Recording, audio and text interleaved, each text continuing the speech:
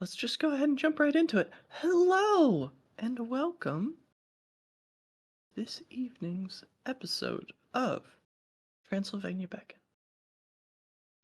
This evening, I, Avery, shall be your storyteller for this wonderful Vampire 20th edition Dark Ages Chronicle. We'll go ahead and throw it on over to the wonderful Druid by Night. Hello, I'm Luna or Jared by Night. You can find me at Jared by Night on all the things, including here on Twitch. And today I'll be playing Prince Roslin, first Tremere Prince. Hi, I'm Huddy or Huddy von Schland. I'm a World of Darkness community ambassador. I'm also a storyteller of many things, including the upcoming Berlin Bloodlines. But tonight I'm playing Sister Gisela von Heidenheim, the Malkavian and no longer Prince of Kronstadt. Hello, everybody. I am the Azure Butterfly, or Azure for short, or simply Rachel. And tonight I will be Prince Juliana Volstadt, the Gangrel Prince of the Borgia Pass. Hi, I'm Az, or as I was on the social medias, because I think I'm funny.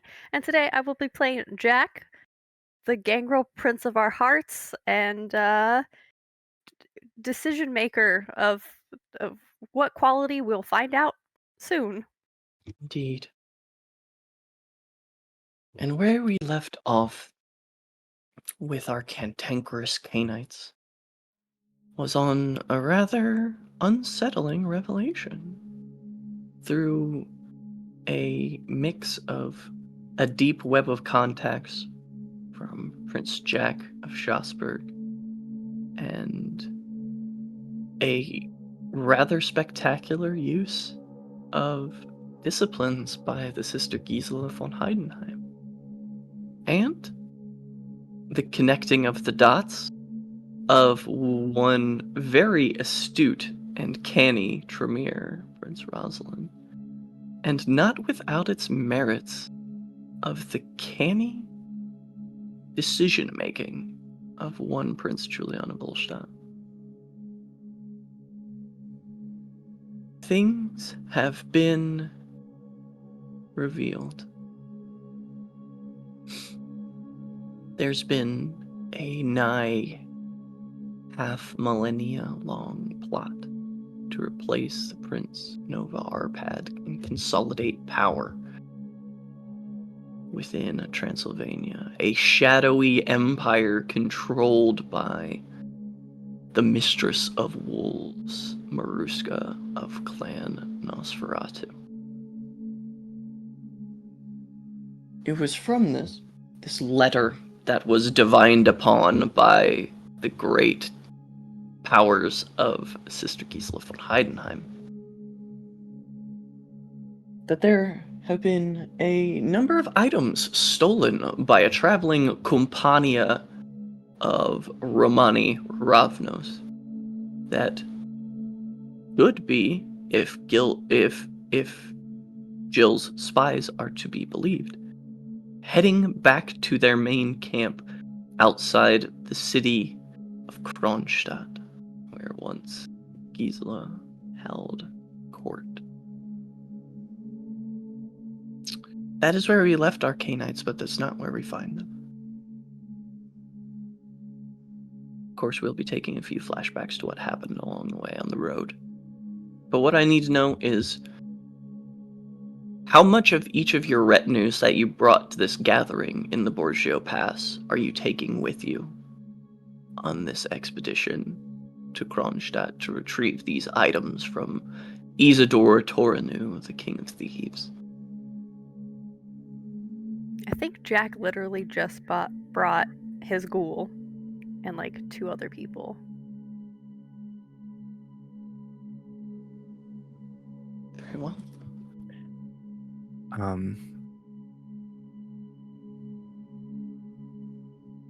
I will say that Jill, before leaving, because she probably had a lot of her, probably a good majority of her wolves pulled back to the Borgio Pass for her coterie being here for safety reasons. She's definitely bringing a squad with her. And one of them would be one of her elites, one of her ghouls.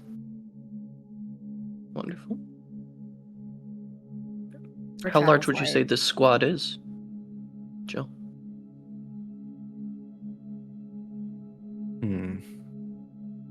Well, we're going to be trying to move fast to catch up. Probably about 4 or 5. 4 humans and 1 ghoul. As you were, Lady Rosalind. Forgive me for my interruption, my No. undue, untoward uncouthness to your leisurness. I'm so sorry. It's forgiven. Rosalind never travels light. To the Borgio Pass, she brought probably a handful of knights. Now 2 blood dolls, just in case, because you never know. But I think discretion is going to be good here. So she'll cut the retinue in half, essentially. Okay. So 3 or 4 knights, Yeah. a blood doll. Or are you taking both your blood dolls? Oh, You never let's know. bring. Yeah, you never know. Get hungry on the road. I'll bring both of them. Yeah, and so we find meaning in the phrase, fool me twice, shame on you. Gisela, you are alone. Yes. Aldous has stayed in the past. Even upon hearing everything that you all put together. Let's take a moment to flash back to that first, actually.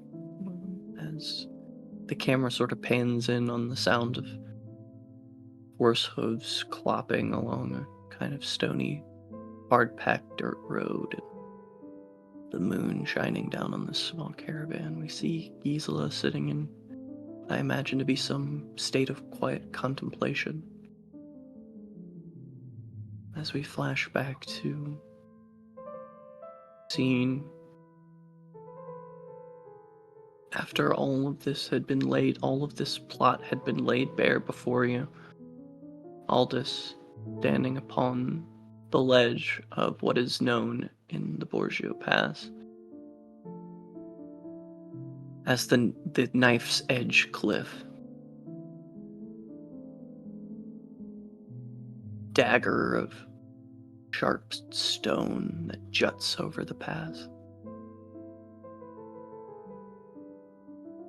Aldous stands statuesque.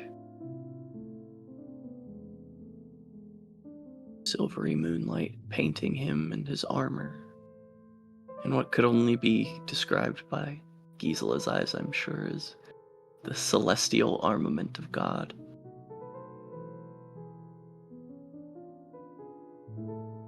Gisela, for once, you don't think he is hearing you approach.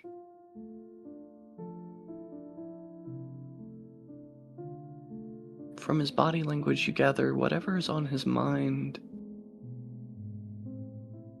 is taking up a lot of space.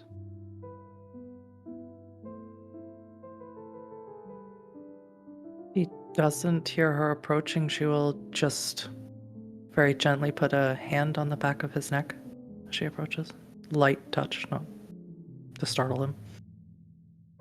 You feel that warrior's reaction. There's a sudden tenseness, and you feel his left hand drift towards his sword belt before he catches your scent. Relaxes.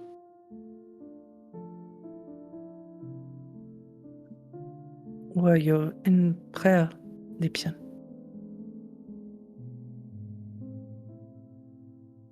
Vielleicht a moment of honesty. I have found myself praying less and less.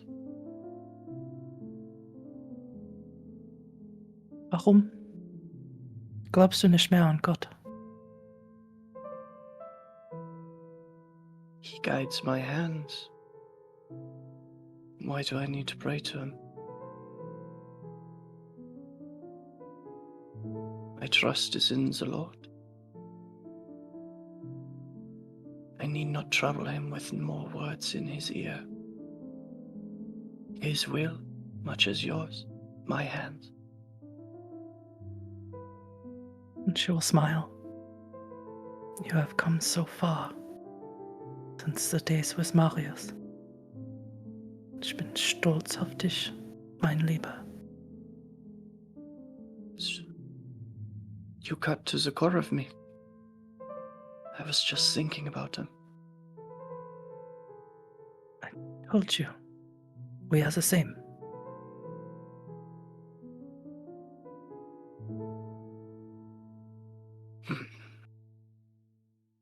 He is a strange creature.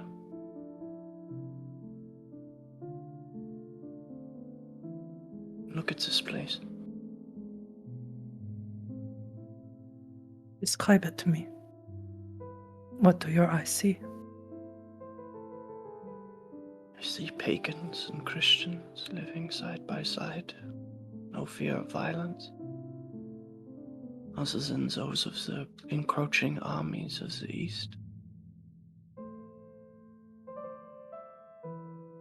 I What see is your women measure of and- it? In what regard?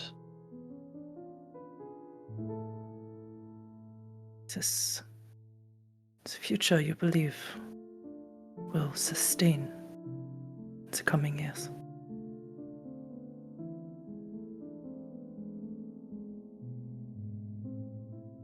This place is all the wild places.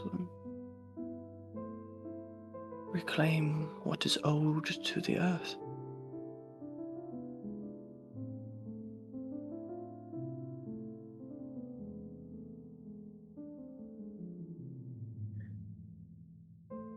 You're God not made really- us to live in harmony with the earth, not to make dominion over it. I think that is a mistranslation when it says that we are given dominion over animals. You see Yes. it, don't you? The two gangrels, they are more like animals than men. And yet, there is a sense of harmony here. Something that can only be described as righteous. Wie Adam und Eva before the fall.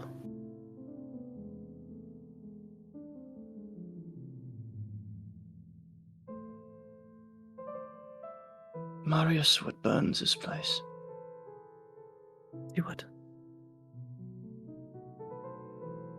You would see pagan mothers making clothes for orphaned Christian children, and you would burn it alive.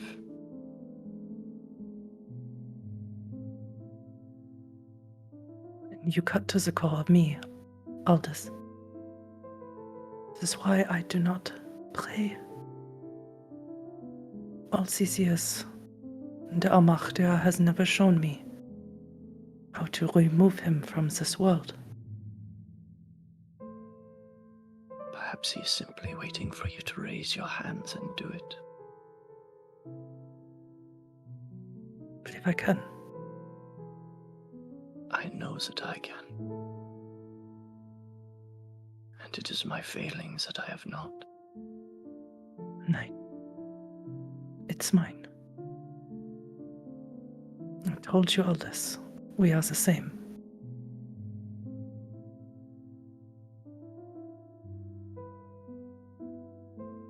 There was a knight I met in the Holy Land. They called him the Lion-Hearted. Richard. Oder? No, just a boy. Hardly grown a man, not unlike myself.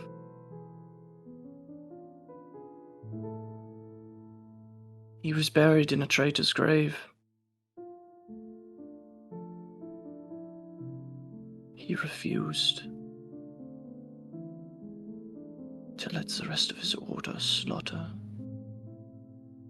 the Saracen children, barred the gates to their temple with his own body to allow the children to escape. They killed him for it.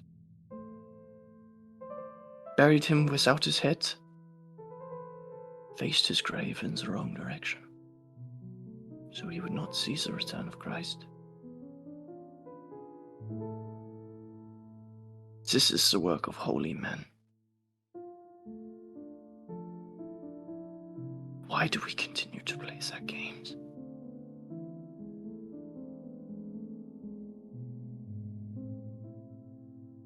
We won't. We shall make a new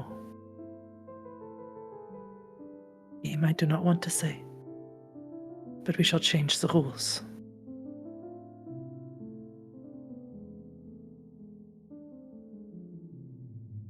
Try to help him. That boy, that temple. She'll put her hand on his armor. Dann hast du auch einen Löwenherz.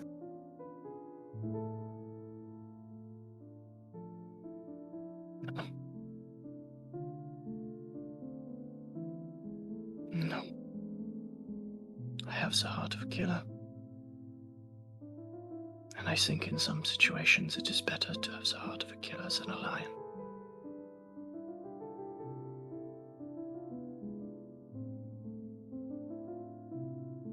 There is no pride in what I do.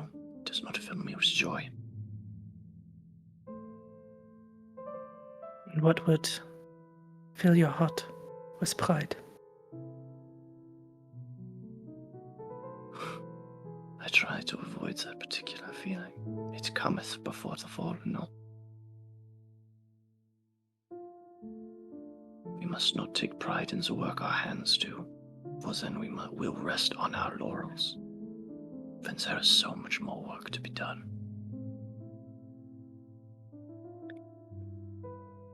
If you will not take pride in the workings that you do, then I shall. Let me fill your heart with that for you. I've seen the first attacks that will come here. Do not tell the prince. There will be losses.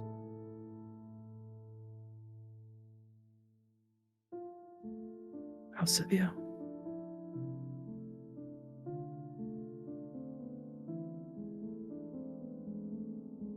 Many of the small folk will be gone before they know the battle has begun. The Roma? No. What no? A bloodline of the gangrel from the east. They call themselves the Anande.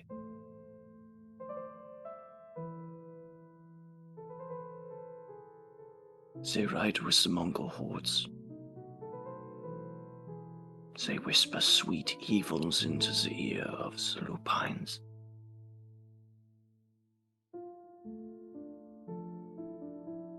It was not bad enough that for doing the righteous thing, Juliana has made enemies amongst the lupines, but now even our kind turns their fangs to bear.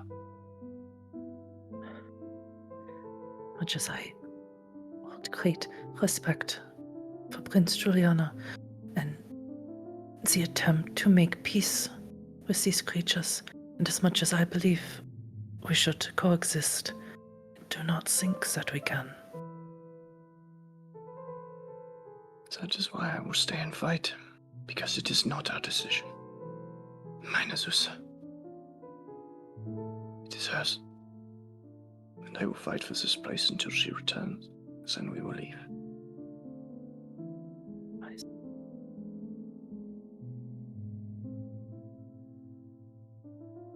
You will meet with a great evil on your journey as well, and it is not the one you are looking at. I've seen it.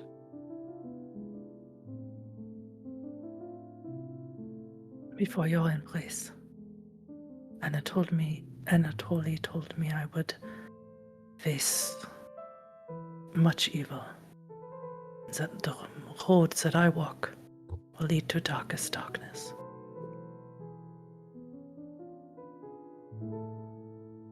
You need not fear for me. And should I not return, you must continue the work alone.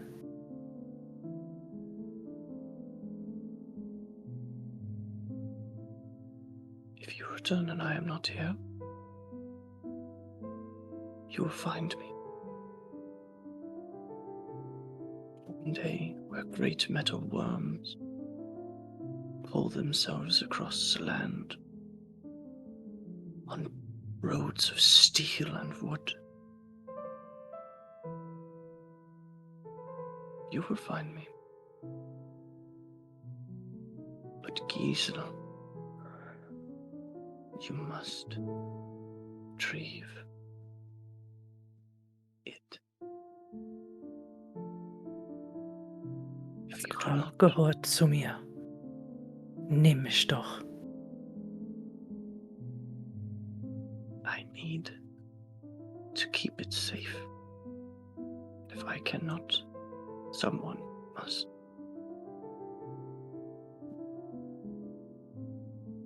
Verstehen, meine Löwenherz.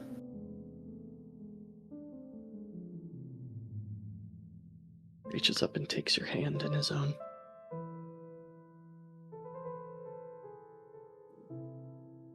From there, the scene pans back to Gisela, pondering this on the road.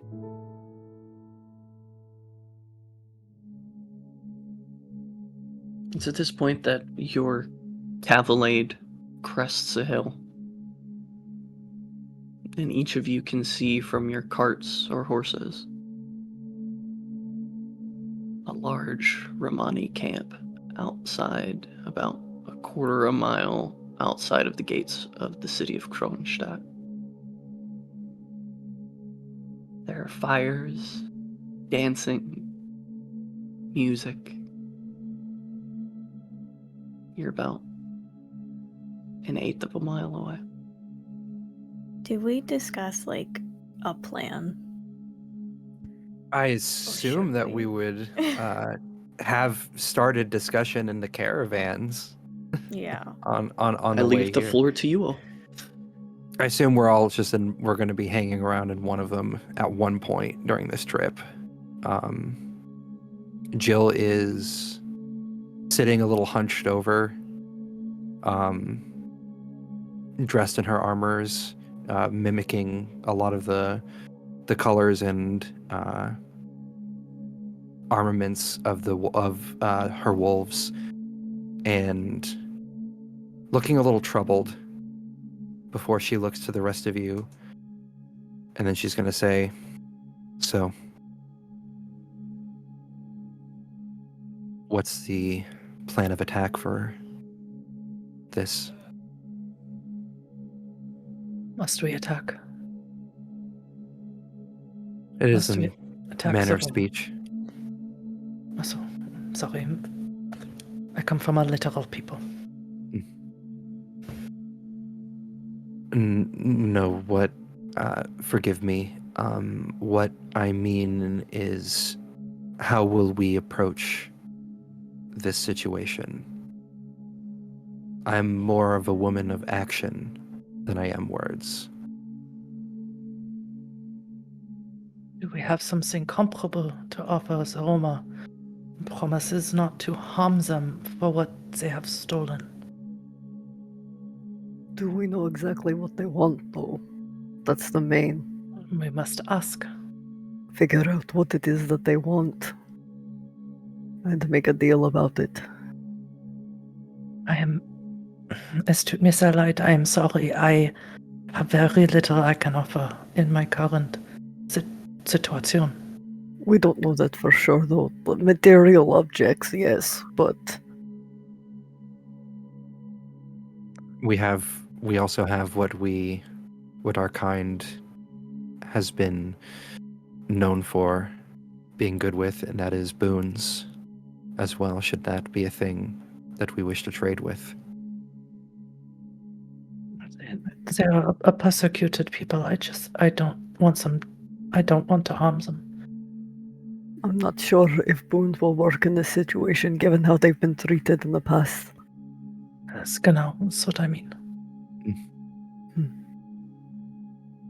But the main thing I'm curious about is why exactly they stole what they stole.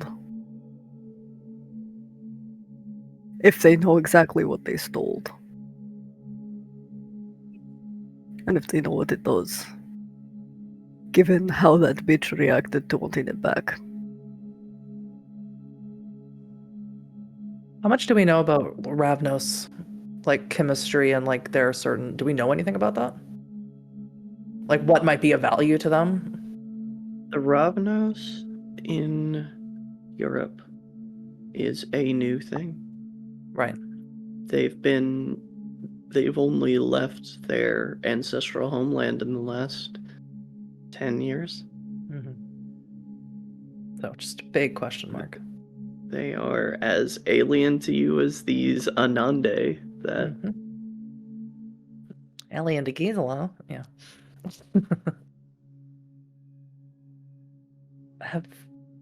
Have you in your domains had any dealings with Ravnos, any rash of robberies or anything such as this?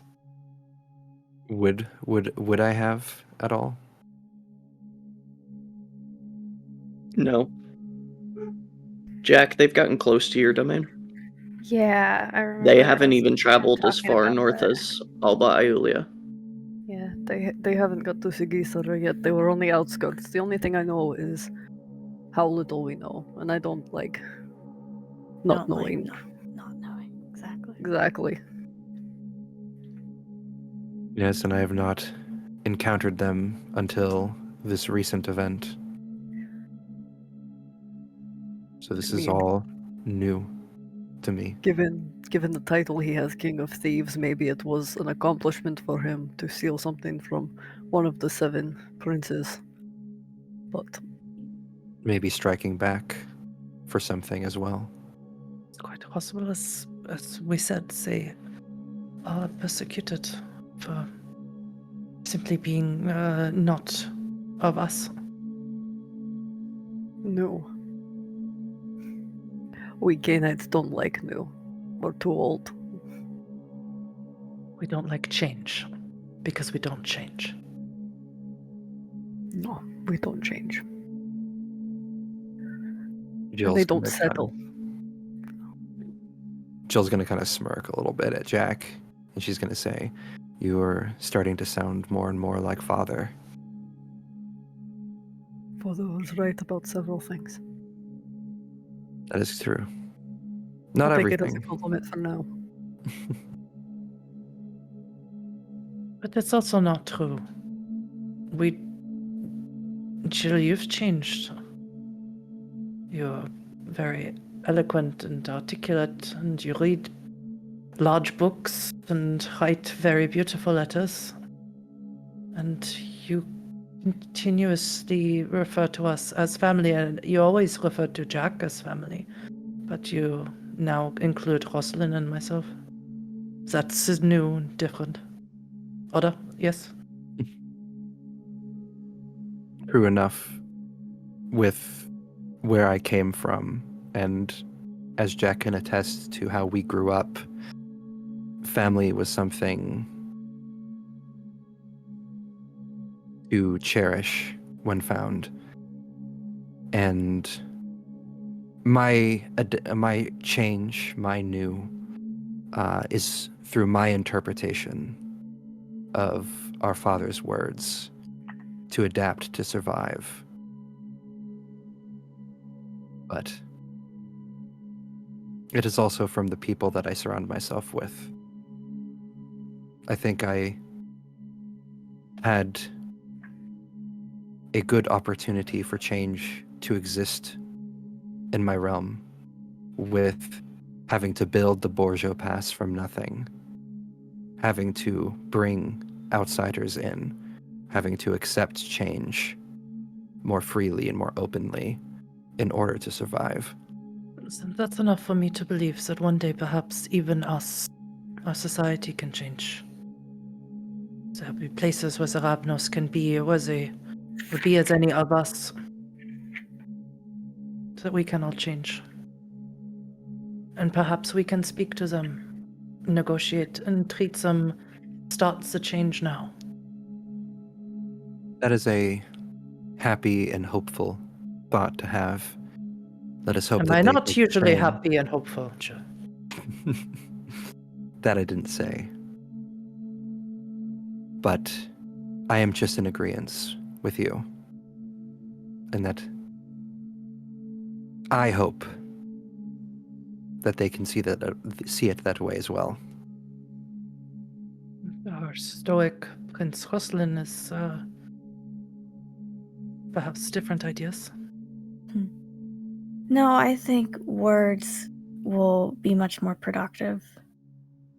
However, I don't share the same optimism. Speak your mind. Well, the King of Thieves already doesn't have a high opinion of us after our last encounter. I don't know, I think he liked me.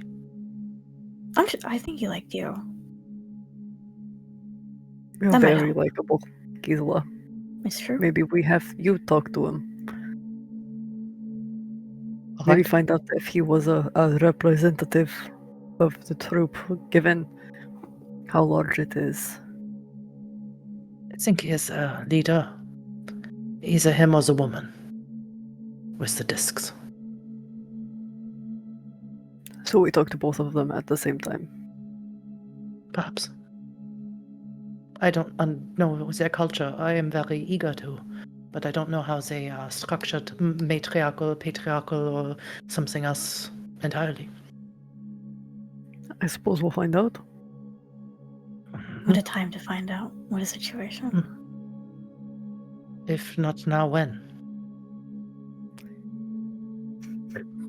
As Gisela says, if not now, then when? Jill, your elite wolf, approaches.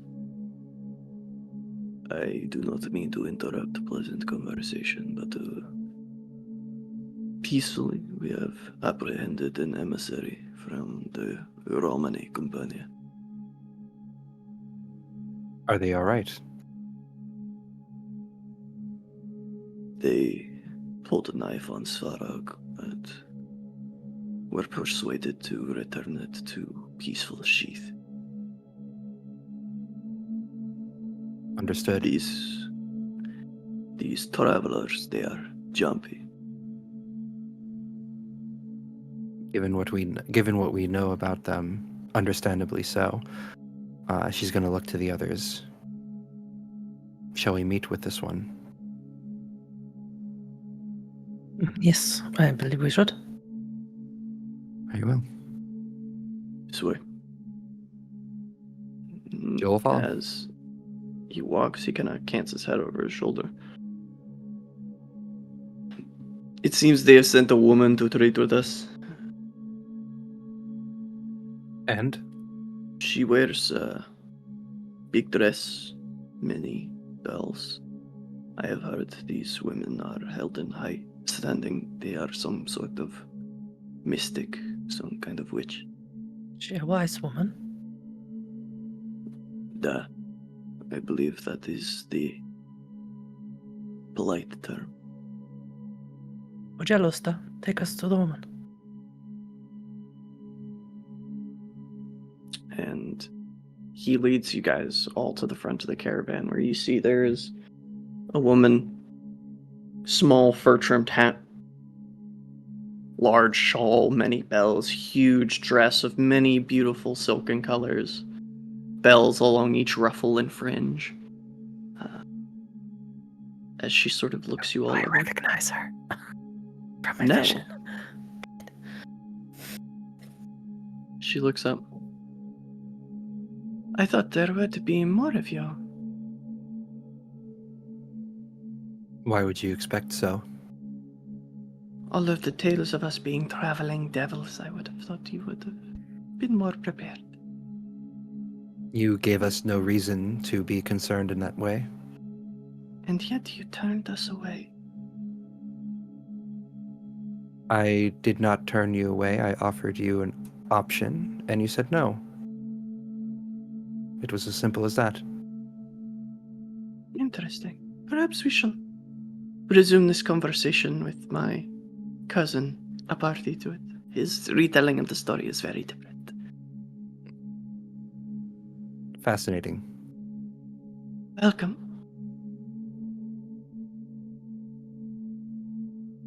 And she Giselle will just sort of reaches- offhandedly say, I've seen many devils. They don't look like you. because I am the prettiest. And she reaches in her shawl and produces a loaf of bread. Cuts a piece off for each of you. Puts it in your hands. Carry this with you. I know you don't eat. And she turns and begins to walk towards the Romani camp. Jill's just going to look to her companions and she's going to say, this is a fascinating tradition, perhaps. Normally introductions involve names, but she seems to know who we are. I don't like not knowing who she is. We probably should have asked. There's many ancient customs offering bread and salt. Peaceful entry into domains. I hope that's what this is. Or it's an appetizer. Gisela, you do in that moment, sort of kind of like looking at the bread, you see there's a small crust of salt along the top of the loaf. I think I'm right. It's good. Let's go. You usually are. We should not keep them waiting for too long. As you all head down towards the camp outside of Kronstadt, a few armed Romani kind of stop your caravan a little ways away from the camp. Not even a stone's throw, really. And they're, asking horses to be tied up and carriages to be settled here. And you see that the majority of the Romani camp is inside of several of these Compania wagons that have been tied together with rope into a large circle. For the first time in a long time, for some of you, you see laughing, smiling, drinking, eating women, children, old people. See, in this moment, perhaps that wasn't a fallacy that Isidore told you. There are a lot of children and old people in this camp. There's probably about 70, 75 people in total, and 30 of them or more fall into the child or old people margin.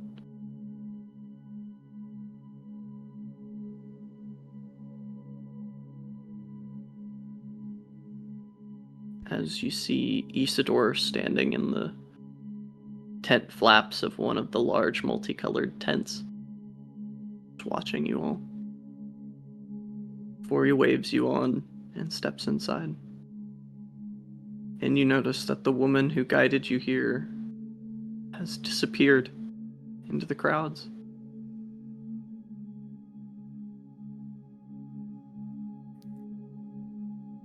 There's no way to see where she went. Can I smell her? You smell a lot of smells you haven't smelled in a long time, Jack. You smell sweet wine. You smell cooking meats. Smells like a feast day at Volstadt Manor. I think that's the first time Jack's thought about Volstadt in a while. When Jill brought up what it was like growing up, Jack realized that he doesn't really remember it anymore. It was centuries ago.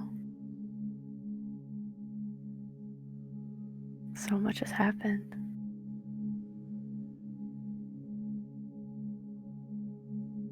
And he steps forward. You all make your way across to this tent.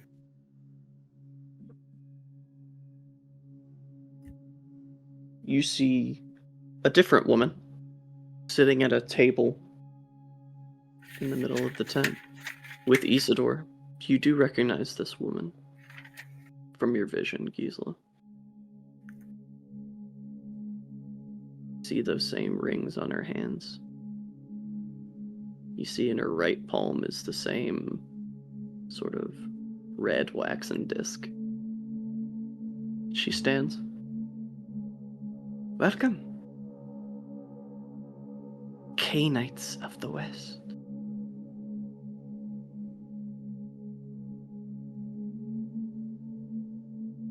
Sit. You are welcome here. For now.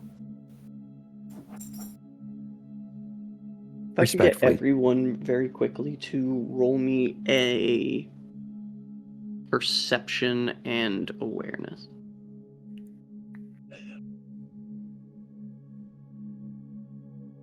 We're gonna say difficulty of 7. Come on. Come on. Load. Thank you. Alright, perception awareness. Rosalind, how many successes? 1. 1? Okay. Gisela? 3? Jill? 3? Jack? I got 5, and one of them was crit. Great. So we'll start with Gisela. And Rosalind. And Jill. Just in the opposite order. Rosalind, the first thing that you notice, and I think it's fitting that you got the 1 success. You see in this woman's left hand, in her right, there's a small red waxen disc. In her left hand, you've heard about this new thing. It is a new sort of divination tool. A set of cards. Red and black, a brocade of flowers across the back of them. It draws on some very, very old symbology that you are very familiar with from your lessons at Seorsis. But this particular divination tool, quite new, this idea of tarot.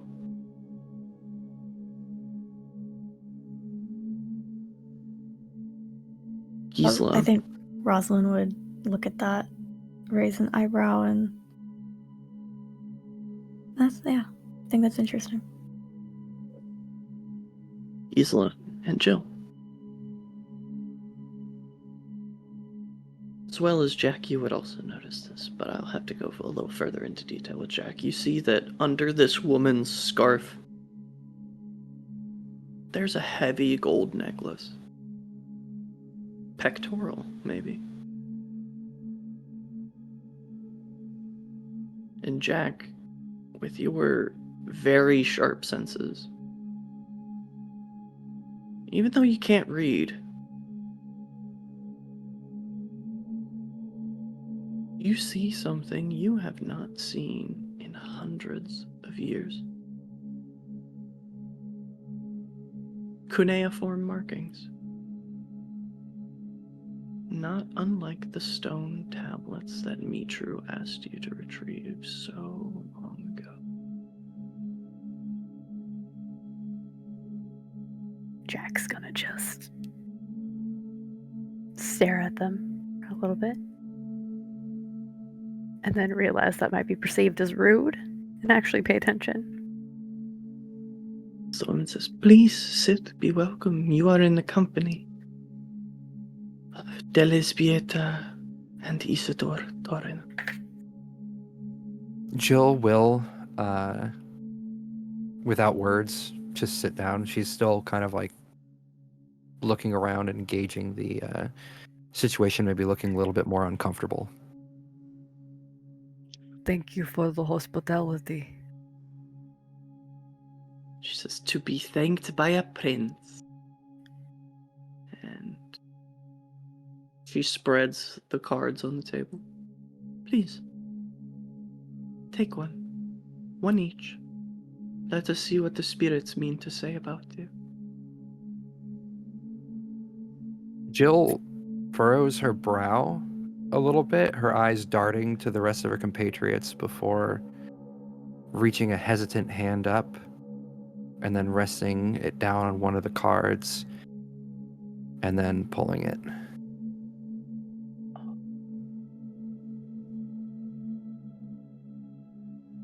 Well, just pluck one. Very interested in what this is. What are they? It's through which the spirits speak.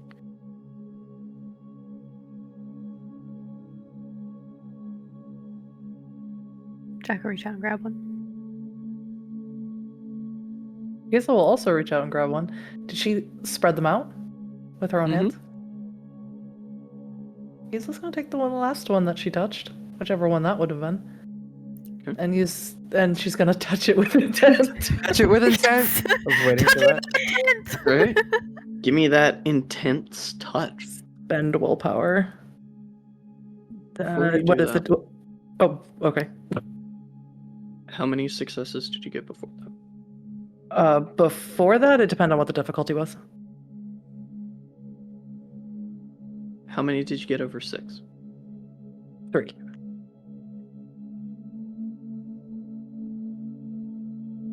Isla, something is very wrong. Oh, good. As you touch this thing with intent, your powers hold no sway here. Something is very, very wrong. If that's the case, then she won't pick up the card. She will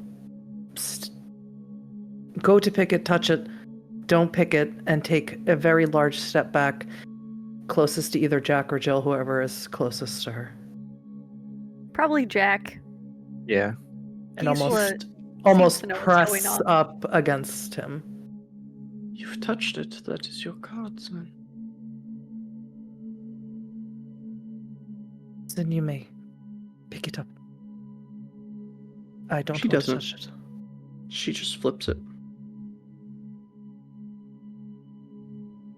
And the card that you see on the table is the Hanged Man.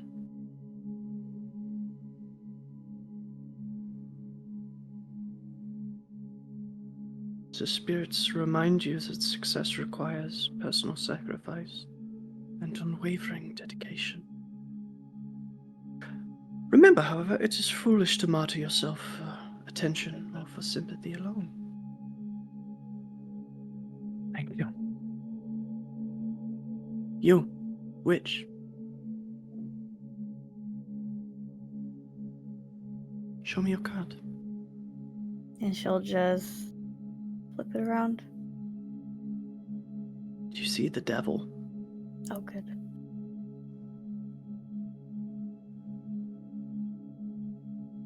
Spirits remind you to break free from unhealthy attachment. But be patient with yourself. The devil feeds on self-hatred. I think she'd look at the card and just try to keep her poker face. But in her mind, she's just like, shut up. Shut up. Roll me in appearance and subterfuge, please.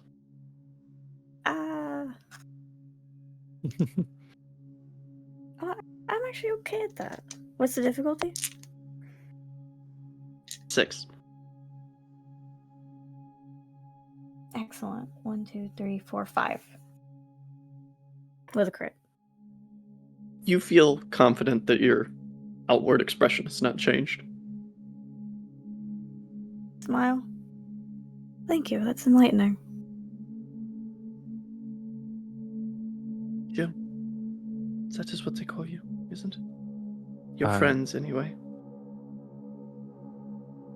Her brow is still furrowed a little bit. She's probably been looking at the card itself, but she's just going to nod. Yes, that is what they call me. You may call me that too. Show me your card and we shall see. And she will flip her card to show. It is the star.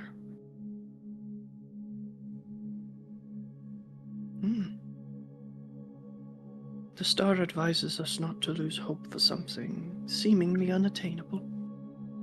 It is much closer than you think, but wishing alone is insufficient. You must act on your thoughts as well as think them.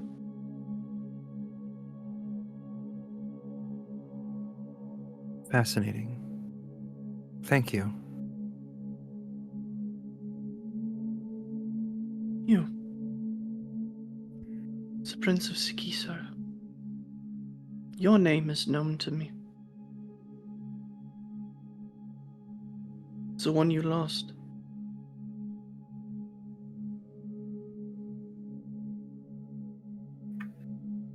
We knew of him. Is that so?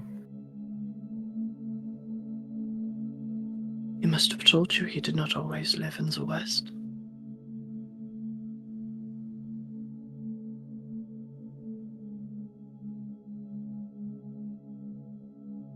We talked of many things. Yes. He was a guest at our fires many nights.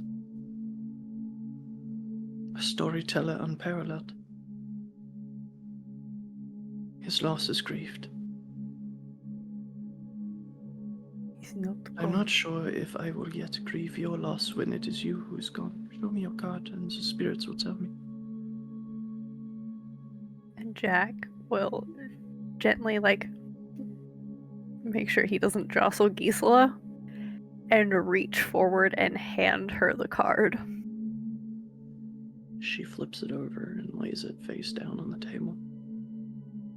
Justice. Now is the time to correct an injustice committed against you or a loved one. But in return, you must begin to address your own unjust actions. You are a complicated man.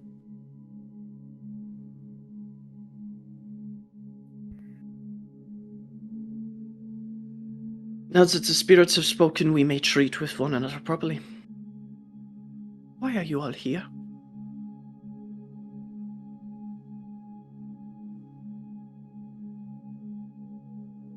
Lisa's very disturbed by this reading. She wants to say something,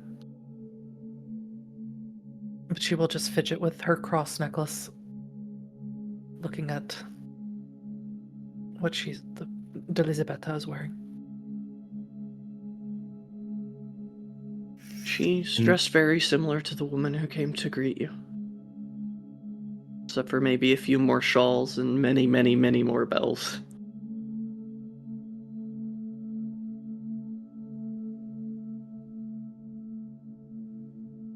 I think seeing that Gisela looks disturbed, she'll kind of shoot her a look, like raising her eyebrow. Like, are you good?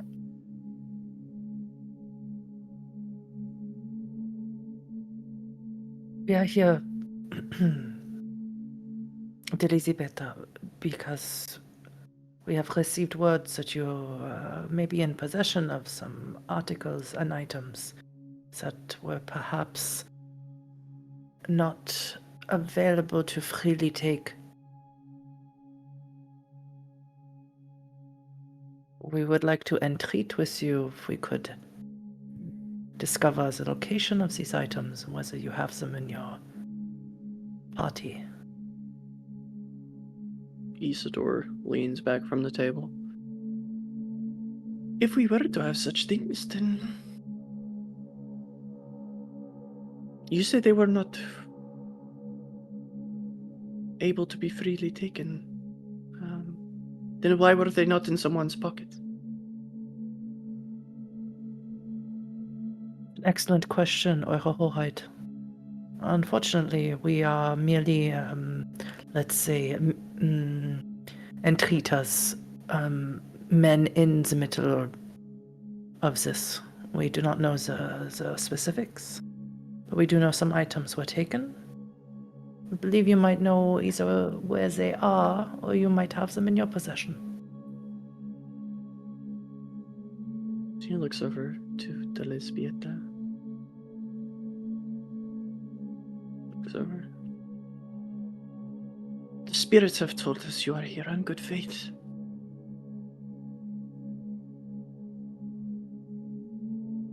You cannot steal something that does not belong to someone. And these items did not belong to them. No.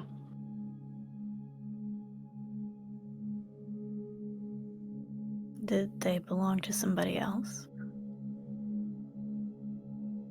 You cannot steal what has already been stolen. Your spirits speak. Your spirits speak to you about the original owner of these items, then.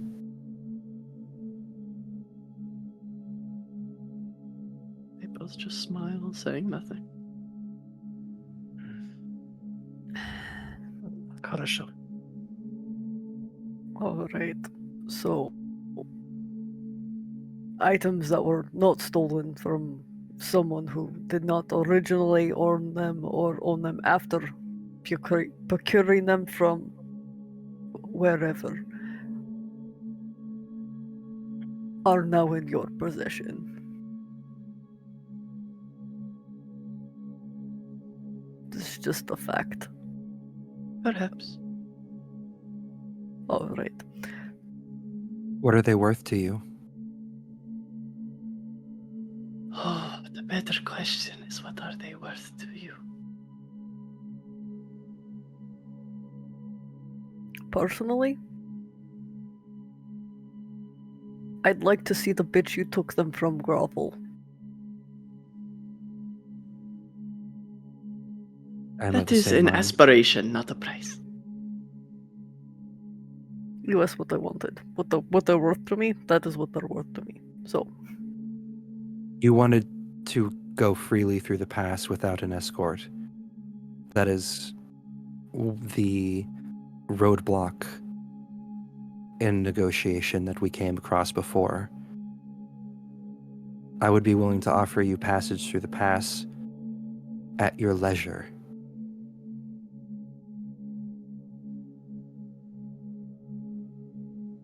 Isidore and Lisbieta look at each other.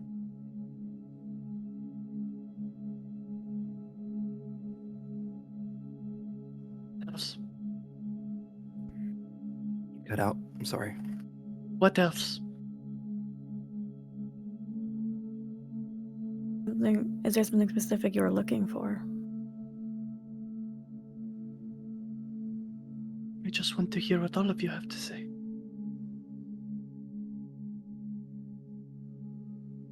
As Isidore told me, not a single one of you makes a decision without the input of the rest of you. is that what he said? Jack's eyes just focus on Isidore now. She nods. Such was my understanding of this court that they brought me to. The Prince of the Past did not make a decision on her own. I assumed you were some sort of And there's a few words exchanged between Delisbieta and Isidore in the Romani tongue where he returns. Coterie. They are my family, yes, and they were present, so my family has equal ear and equal say within my domain. And is family important to you as well? Delisbieta looks dead in your eyes, Joe. He says, family is everything. Then you understand my reasonings. Not say I judged you.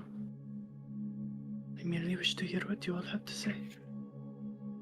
It is not so different amongst our compania. It was Krakow, right? They were headed to? Kiev. Kiev? Yeah, they were headed to Kiev. That's the other place that we're not going to go now. Or we might, if we feel spicy. Why Kiev? I know the prince just died. That is why? precisely why. He owed us, and he did not pay before his death. So we must go and collect what we are owed. From who? From whatever he left behind. What were you owed from Kronstadt?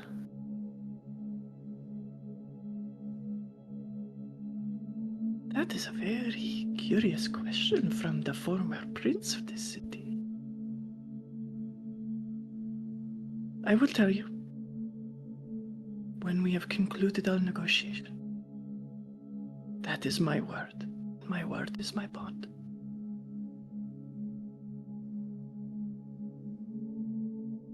I would like to insight check. Sure. Okay. Because Jack's gonna offer something.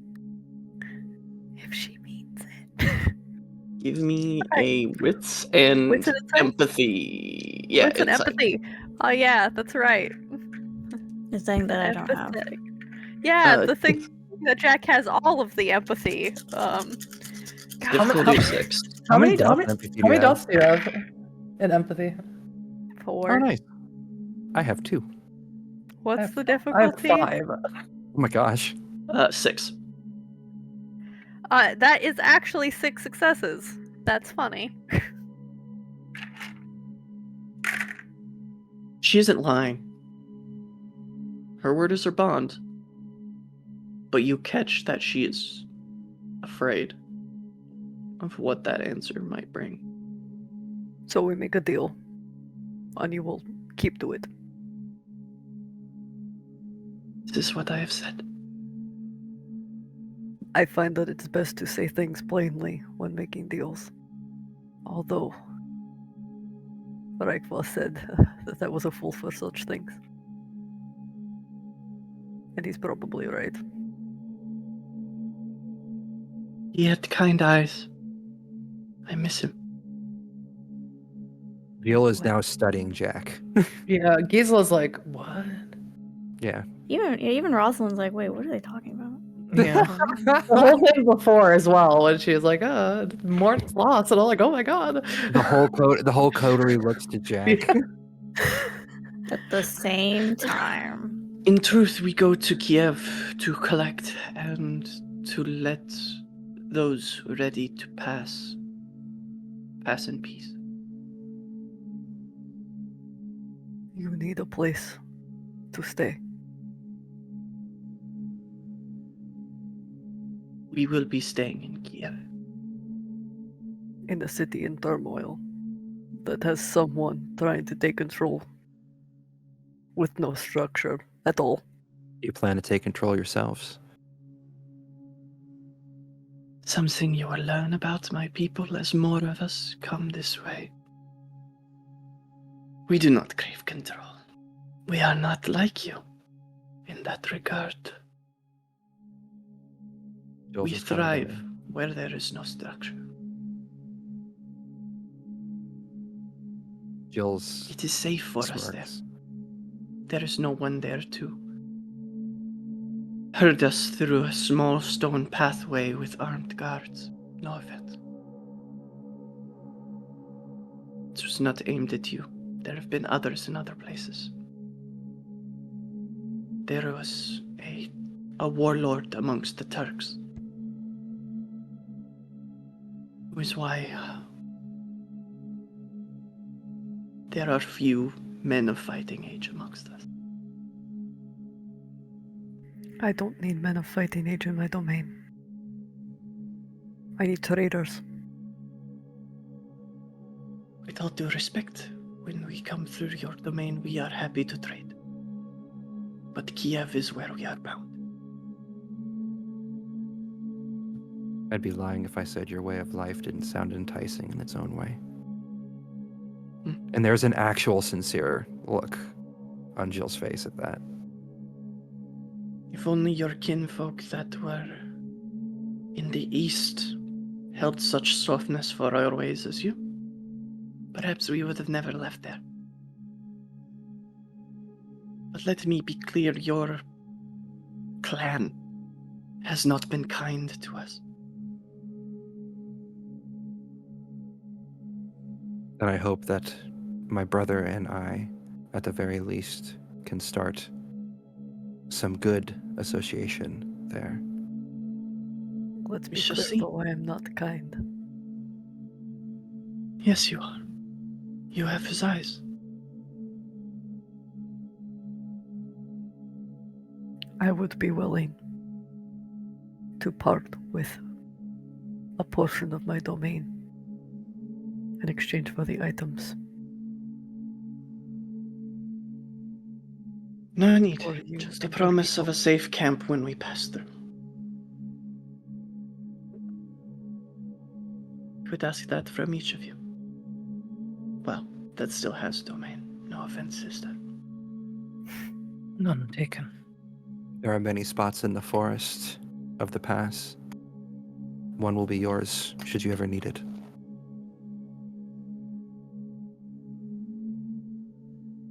I believe that could be arranged.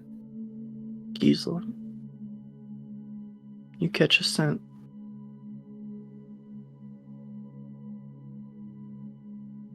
Lea oils, sandalwood, myrrh.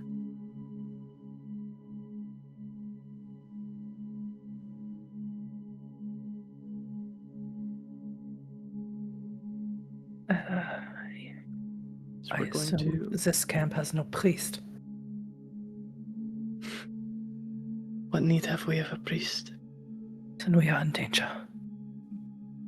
With that, we could reveal our guest for this evening.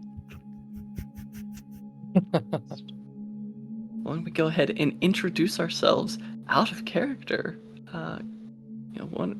Ramos, could you please introduce yourself and tell everyone where they can find you? Hello, I am Gilbert Ramos. I'm found everywhere at Ramos the Nomad. And tonight I will be Father Giacomo Renzo. Giacomo Renzo. If you could for me, Gilbert, without knowing exactly what you're rolling, could you please roll me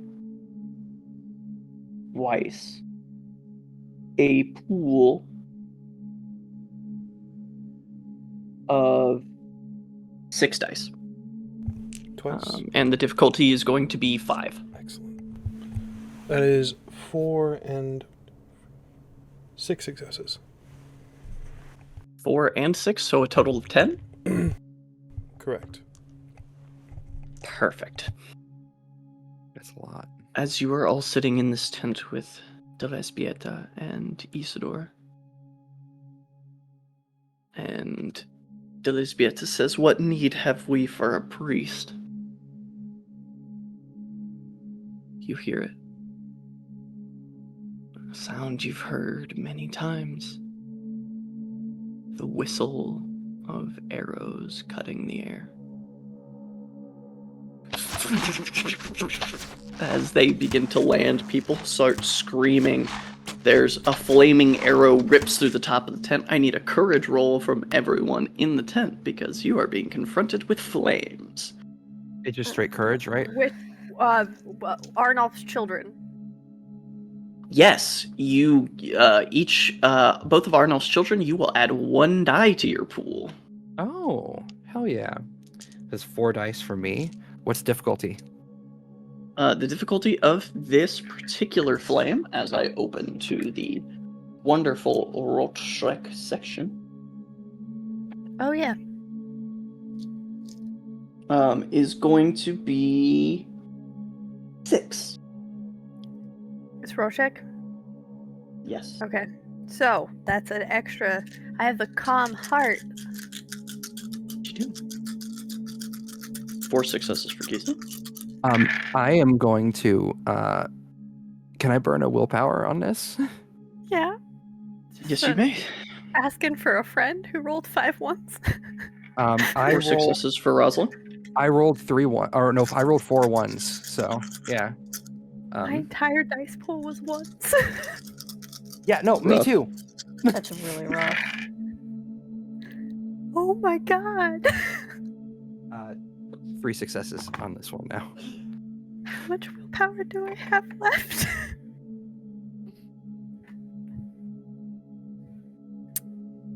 Okay. Have you spent any? Yeah. I got 4 left. Do I remove a willpower dot, or do I add a box under one of them? You check a box underneath it, Okay, cool. because the underside boxes are your temporary, the top side boxes are your permanent. Okay. So, as all of this happened, flame is introduced. The camera will pan out to a rare instance in this chronicle. Goodbye. The daytime. Suffocate. Father Giacomo. You arrived here too late. Your quarry has escaped you and is in the wind.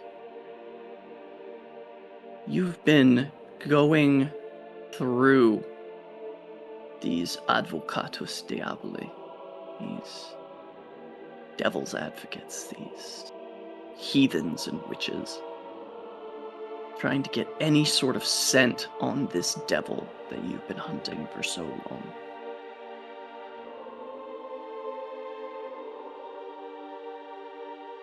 You finally got a break. Of course, it wasn't a very savory one. As you shut the door to the confession chamber and leave that bloody mess behind you. These Romani scouts seem to think that they're coming. The ones you've been looking for. The one you've been looking for.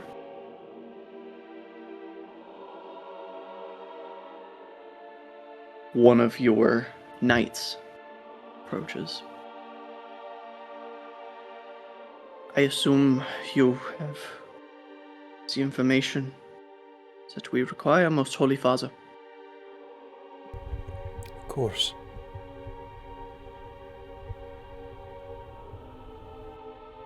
What is your will?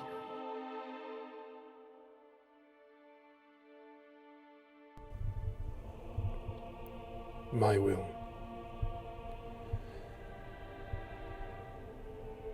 No. Dear boy. His will. In pace resquiat. Pace resquiat. Where would you like us to set the trap?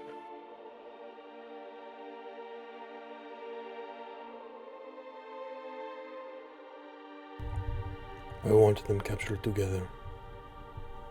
I would see this demon slain by my own hand.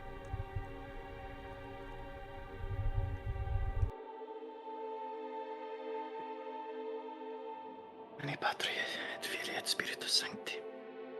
Amen.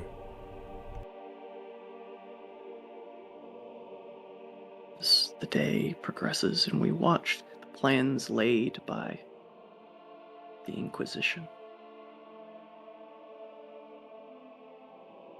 Small plots of turf dug up, men laying inside of them with straws of reeds in their mouths to breathe through. Waiting, watching. Time passing, night falling.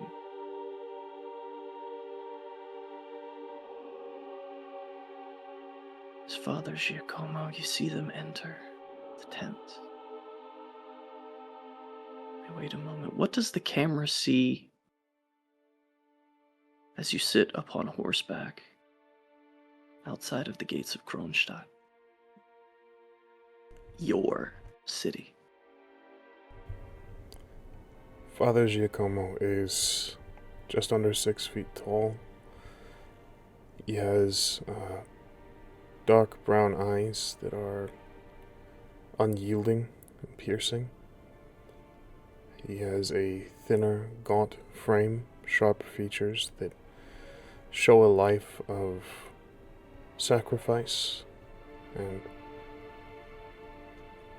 living on the bareness of life. He is clad in his chainmail with the robes and cloak of his order over the armor itself, and the bastard sword at his side.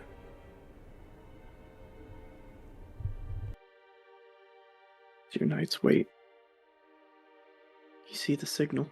Your plant inside the camp goes to one of the outside torches. With a small disc, green glass, places it between the torch and yourself so that the torch light appears green for but a moment. With that signal, your men begin to spring up out of these turf beds they have laid themselves in, sparking the pitched arrows that they have made. Horses charge, and this is where our two scenes convene. Assembled kindred, you hear shouting of heathens, witches, advocatus diaboli, en pace resquiat. Flames, bloodshed, torches. The scent of blood takes but seconds to reach your nostrils. Hunger, fear, the scent of ash and vise. So I'm going to need everyone to roll initiative. Now, there's a caveat to this. If you are spending blood on celerity, now is the time to say so. Yes. Jill, Yes. you have 4 dots in celerity, which means you have 5 actions you can commit with full dots. Now, 4 of those will happen before anything else.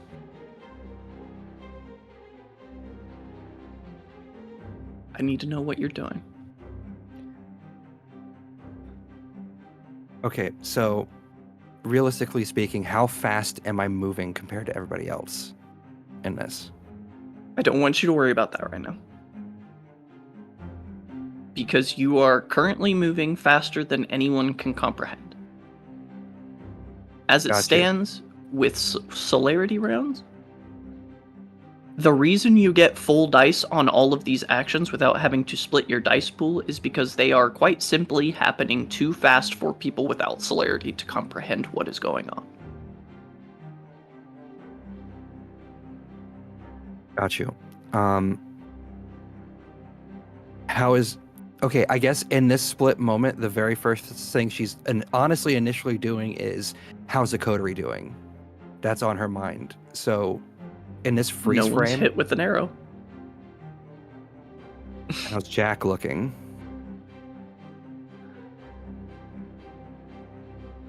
Not good. The highest I rolled, 3. No successes. Lovely. We all forgot how to roll initiative, by the way.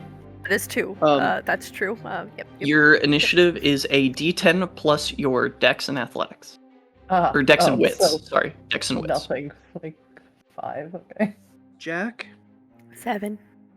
7. So 13. That's the answer. Gotcha. I got it. I got it now. Okay, I also got a Basic math is the 13, worst math. so I feel much better. Jesus Okay. Christ. I assume I'll need to roll initiative normally too, correct? Just to see where your regular action falls within the course of the round, yes. Okay, so it's a D10 plus the total of dexterity and wits. So my dexterity is 1, 2, 3, 4, 5. Wits is 3, so it's 8 plus 16. 16. Father Giacomo. 8. Wonderful. And your knights, Giacomo, are going to go Home. a You're going to go home. 13.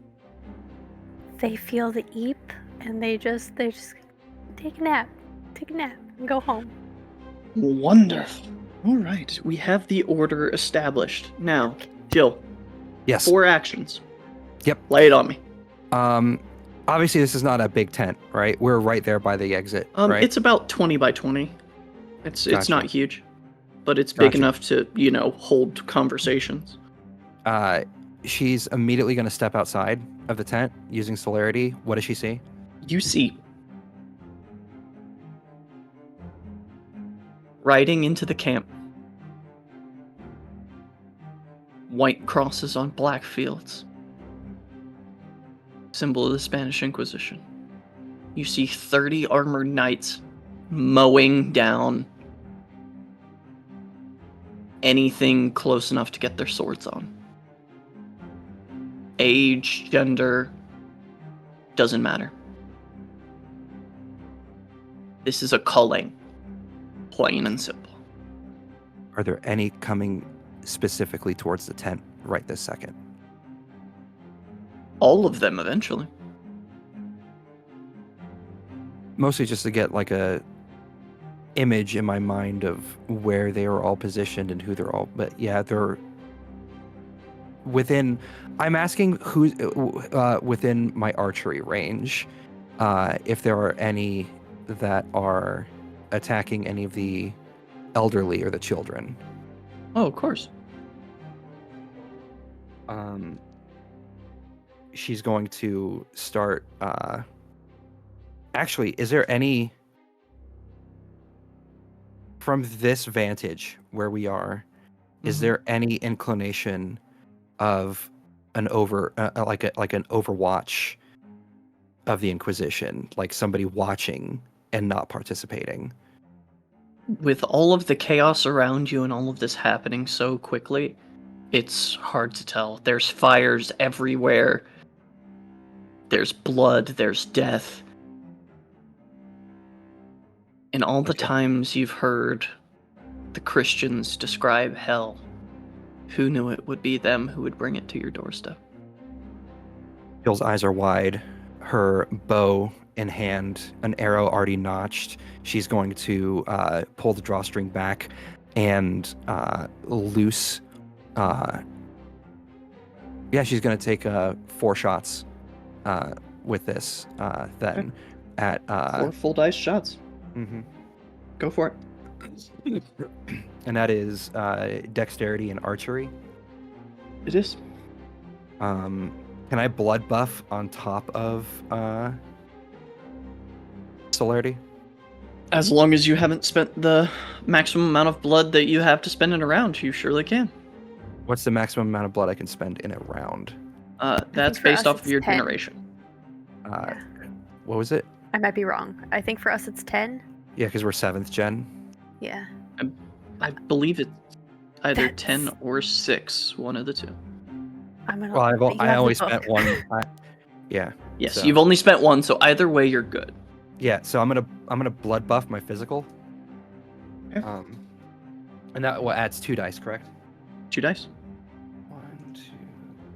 That's 11 dice. What's the difficulty on taking down one of these Inquisition fuckers? Well, the first thing you're going to do is you're going to roll your regular dice pool. You're going to take the blood buff away. Or else you'd be rolling with 2 less. Your blood buff has... As your gaze focuses over them, Joe, Oh, gotcha. and you feel the blood rise,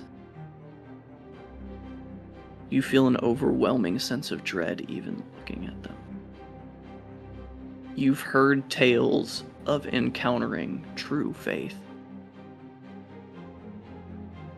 You feel dread seep into your very bones as you're pulling the drawstring, that the beast inside of you, the beast that has guided you this far, the beast that has sculpted you into something able to survive, says nothing but run, leave, get out. This is the end for you. We have to run. No. Does a deer stay and wait for the wolves?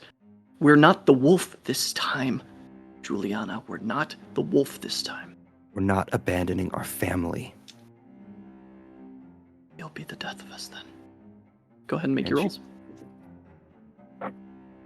What's the success? What's the difficulty? The difficulty for a longbow is variable, so let me go ahead and take a look at that. This is going to be a difficulty of 6. 6? Okay, cool. 7 successes on the first one. Okay. Do you want to roll damage for each shot, or roll it all as a total? What would be easiest, do you think? I think to avoid potentially spending arrows on people that are already dead based off the damage you did without knowing it, we should probably roll it for each arrow. That's fair. So go ahead and roll. You said 7 Yeah. was the first? Yep. You're going to roll 10 dice for your first shot. And D10s? Or D6? Mm-hmm. Okay. D10s. And you're going to tell me anything that is 6 or above, because 6 is always the difficulty for dealing damage. Also, I lied. I messed up. It's 5 per round for us. We had a total pool of 10 during our prequel when we Right. did all Right, the stuff for the Volstats. So it's 5 per. Got you. 5 7, points by the below way. per round. Yeah, 5 for Joe, 5 for Jack. Yeah. 7 successes? Mhm.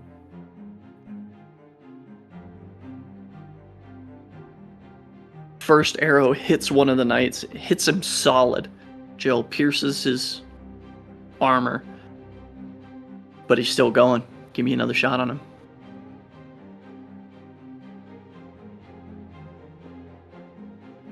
It was 6 for this the success, right? Yep.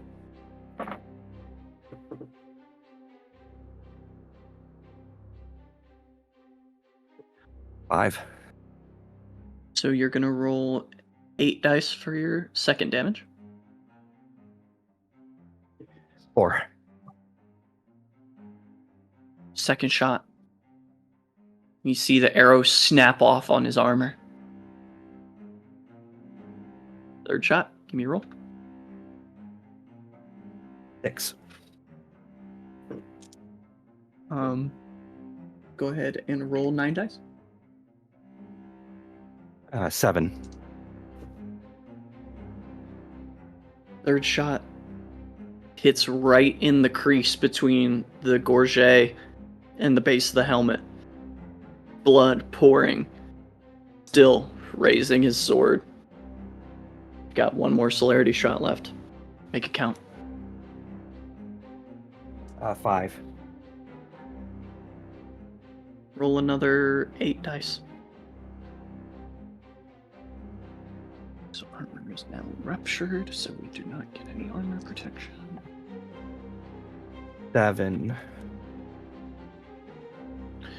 It's your final shot as he has his blade raised to strike down this elderly man who's sort of like raising basically a reed cane to try and defend himself from this heavy crusader sword.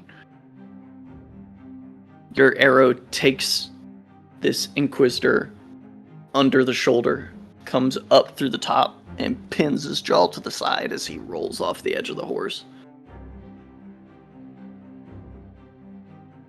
Jill, that's when it sinks in.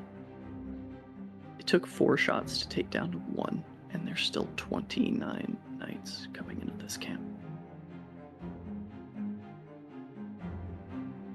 Jill is...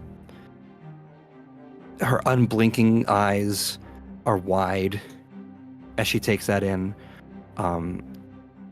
Do I still have movement to do? How much movement are you trying to make? I'm just trying to go back into the tent now. Sure. Yeah. You'll be good for that. So she blinks back into the tent. This is what this all happens in what a breath, pretty much. Yeah, about 3 seconds.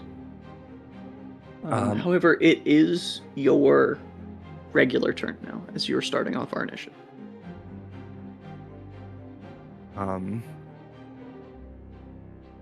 She's going to how long are turns? Like usually, like is it like 6 seconds? Yeah. So, okay. You see Jill blink for a second, and then back in, and then she's going to be like, protect what you can, but we need to go. The Inquisition's here. And she's going to pull out another arrow and step back outside. Is there another knight within range? Sure. And make another shot. All right. And this is with the blood buff, yeah? Yep. Blood buff lasts for the scene. That's 3 10s plus 3 other successes. So that's 2, 4, 6, 9 successes. So you're going to roll a pool of 12 dice. 1, 2, 3, 4, 6, 7, 8, 9, 10, 11, 12. 6. So you place another arrow, it hits another knight who, astride his horse, tramples someone coming out of a tent. Bone crushing, blood spewing. Blade held high, looking wounded, definitely bleeding from that arrow, but by no means out of the fight. As passing from Jill's turn, it is Gisela and the Knights of the Inquisition. Father Giacomo, if you would please, roll me a pool of... Let's go a pool of 7 dice, please. And as you do that, Gisela, what is your plan? Well, Gisela doesn't have really any plans, because this is so outside of her idea of anything, really, because she doesn't consider herself someone to be cleansed normally. If Jill had run in and already told, I assume not just us, but also Isidore and Elizabetta who are in here to, like, get out, and they can hear all the noise. I assume Gisela does not also have to tell them to, like, run away. So she was just going to activate Unseen Passage, or Unseen Presence, because she has nothing else really to do here besides run away. Drive the Inquisition crazy. Unseen Passage. I don't know if I can. That's the thing, is because true faith is a thing, and I don't know if I can. As you activate Unseen Passage, you are rebuked. Yeah, I had Your to test powers it. truly hold no sway here. Uh-huh. As Elizabetta springs up, she rips this golden pectoral off of her neck, thrusts it into your hands, Gisela. She looks at you. Says, I told you I would tell you once we had made a deal, and it seems our deal has been pressed. I am so sorry, my darling. Find me again.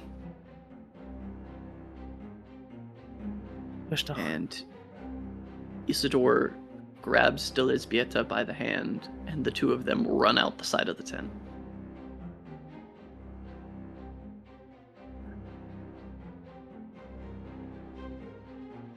Is there any sort of further movement or anything you would like to take easily? You tried to activate your power, it didn't work. Yep. No. Alright. Wonderful. What was the total on that roll for your knight's father? Was there a difficulty? The difficulty is going to be 6. Excellent. That would be 8 successes. Wonder. If you would please, then, roll me a total of 13 dice, also at a difficulty of 6, please. Excellent. 11 successes. In a single round, Jill, still standing outside the tent, you see these knights hew down nearly half the camp as they ride in and force spears, swords, lances. Anything that moves is being slaughtered summarily. Jill is probably, while not exactly the same, having very big flashbacks to what happened at Volstadt Manor all those centuries ago. The faded memories coming back in full in that moment. Flame, blood, death. It is not too dissimilar. It's from there, in the initial order, that it is Rosalind's turn. Okay. Well, would I have noticed that Gisela tried to use a power and it didn't work? Like, is that obvious? It's an obfuscate power. That's that by nature that is just a sneaky Right. power to employ. Yeah. Cool. Okay. Well, I would invoke common sense, but I feel like I have the common sense to leave. I love that for you. Oh, I don't know. Do you I have don't anything have- that can be used at ranged? Thaumaturgy. But if it's not gonna work, then I got nothing. Well, Jill's trying to hold the line right now, so we can try to escape.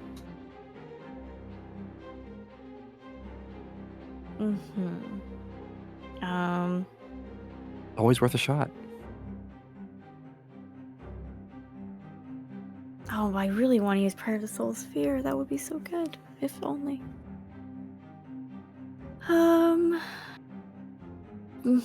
I'm so sorry. I am at a loss.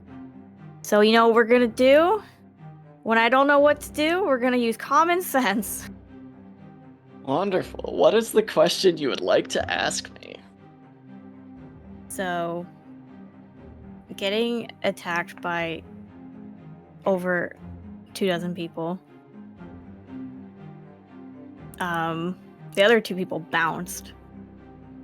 Jill came back looking distraught, and saying we need to leave. What's the most efficient use of my turn here? If not, to just run.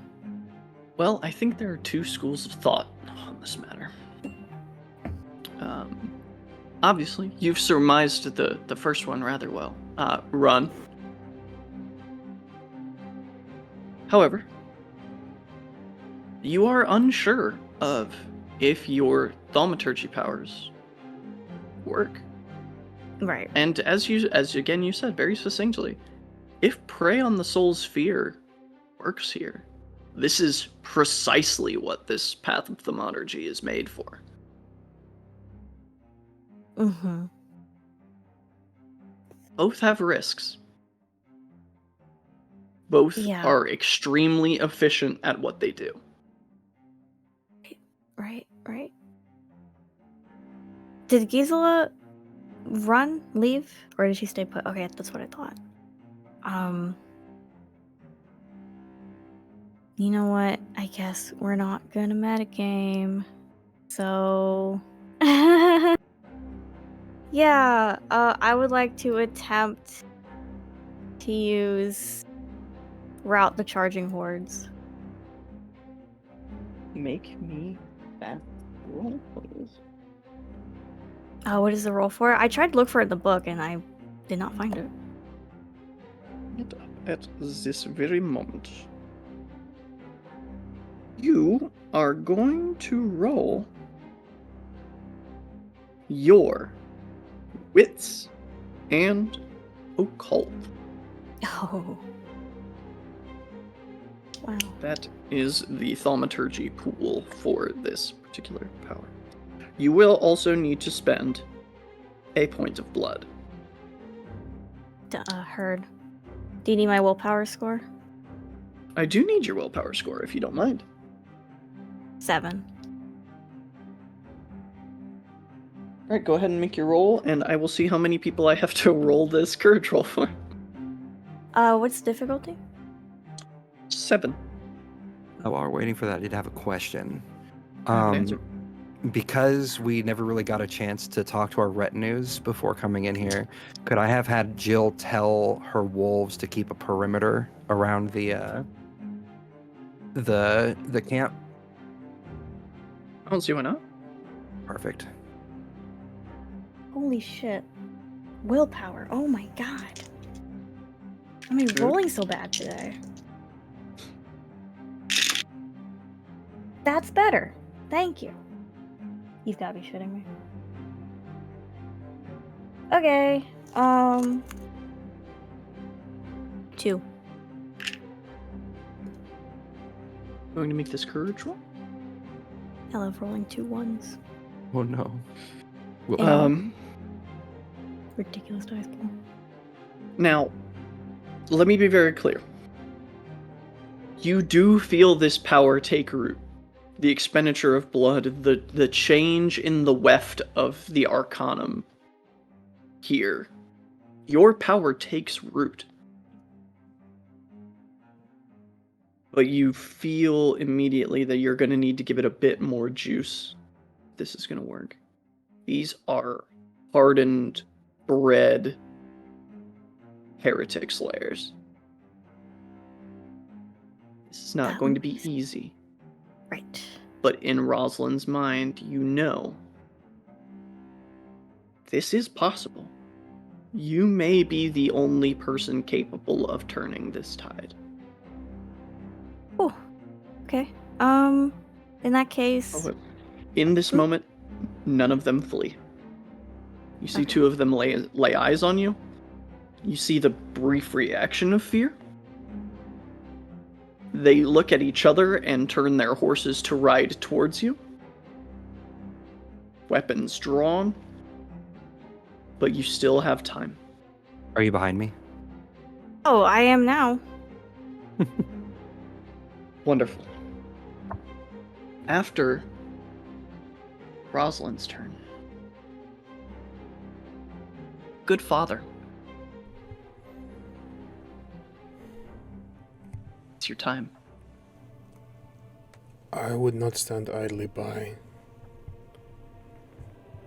while good soldiers of God venture forth into the fray. I will join them. So you do. Your horse, not even running, trotting, observing this righteous, dignified charging. These are heretics.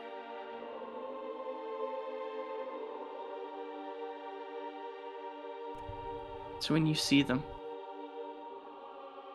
not the one you've been looking for,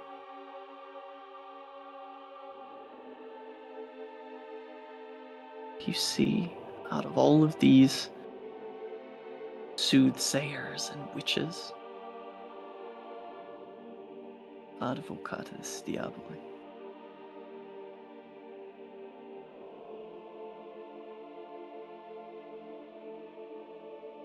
Two of them standing in front of the tent, one with a bow, the other in a fine dress.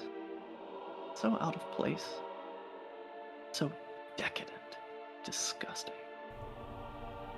We'll whisper a prayer in his name as I cut down the one with the weapon. As you say, go ahead and roll your strength and melee. With a 2 dice bonus because you're charging on a horse, if you don't mind. Excellent. Do I have a reaction to this? You rolled your last shot with full dice, or you would. You could have split your dice on that to prepare a dodge. We don't get into combat that much. What is the difficulty? Sure. The difficulty of your weapon is a 6. Right. You told me that before. I apologize. Okay. 3, 4. Jill always be tasting the swords of knights, apparently. Jesus Christ. That will be 6 successes. So you're gonna roll your roll 13 dice. Same difficulty? Yes. Excellent. That is 13. Should I be telling you the amount of 10s I get? 10s count for 2. Excellent. Yes, that's 13. Sorry, it's been a minute since I've touched V20. All good. No worries. Jill, I need you to roll your stamina, as this is lethal damage, not aggravated, and since you are kindred, you can roll your stamina against lethal damage. All right, and that does count with my blood buff because it's Correct. physical. Yep. What's the successes on that? The difficulty to soak is always 7. Spend no willpower on this. You may. Yeah, we're doing that because that is 0 successes otherwise. These things happen. 4. 4. So that is going to be 9 levels of lethal damage. So, as the health tracker goes on your sheet, you will fill up with lethal, and then I believe be into your second level of aggravated. 2 into my second. As a ride by and a clean sword stroke. You know, Father, it's all so much easier when it's a clear conscience. You remember, in this moment of spilling the blood of devils, it recalls a memory. What started your whole bloodline on this quest? Your great-grandfather. He was a monk.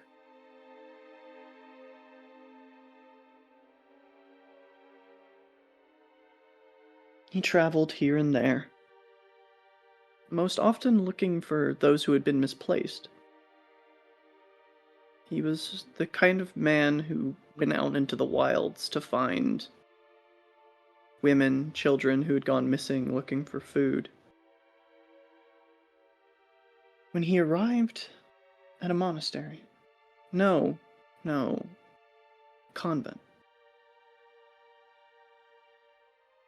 the Venerable Saint Gregory the Decapolite's convent.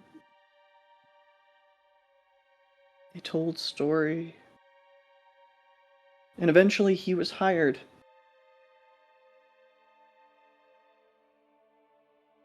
by the Mother Superior Catherine of York find a sister that went missing.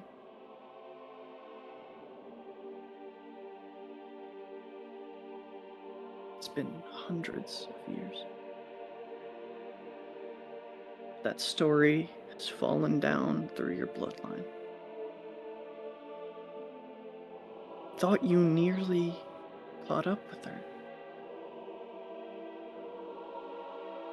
Just as your father thought that 80 years ago.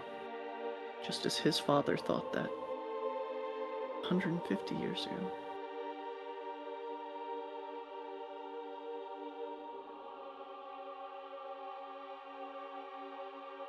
So easy when you have a clear conscience.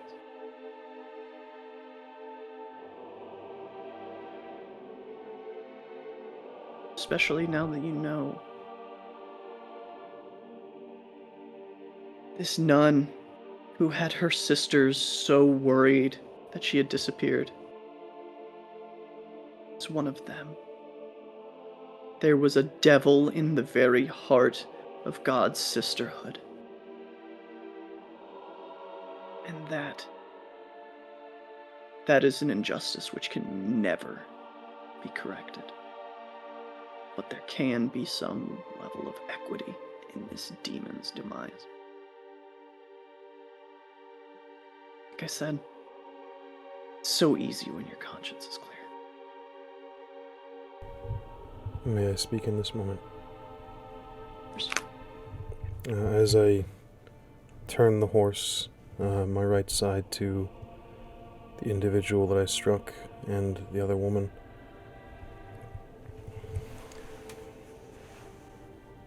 tell me where the blasphemer is, and I will grant you a quick death.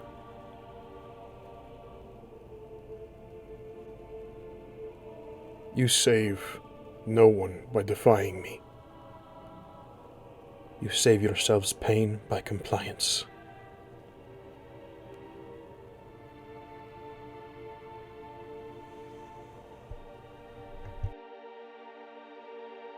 That is said, Jack. It is your turn. Oh boy. Well, Jack got no You're for- successes. Frenzy. Yeah, and Gisela was holding on to Jack. So that's And- mine now. And you do smell not any blood. You smell the blood of Arnulf as it is sprayed cold and dead. Not just over Rosalind, who is standing behind Jill, but spattered over the side of the tent. As And- Jill, this is a cut that would have easily slain a mortal. Yeah. It's deep. Your arm, while functional, the left side of your collarbone has been cleanly severed. You can see inside of your body. You can see the top of your lung has been purely excised. It's a lot worse than I thought. You would also in that moment probably hear a very wolf-like yelp from Jill. However, So- knock knock, Jack's not home. What's Jack's the beast up not to? home. Jack's not home, and we've been attacked, and this is mine. So I'm taking what's mine. And leaving. So you're Because making your of- way. Yeah, the beast with the fire and the arrows and the blood, we are meant to survive. That is what we do. We survive. Spend a point of blood for me. Okay. Unconsciously, claws. Father, you see as they rip through the edge of the tent, moving away from you. See her. That wood etching that was handed down through your family, that was carved by one of the other sisters, a sister Maria of Antipas, given.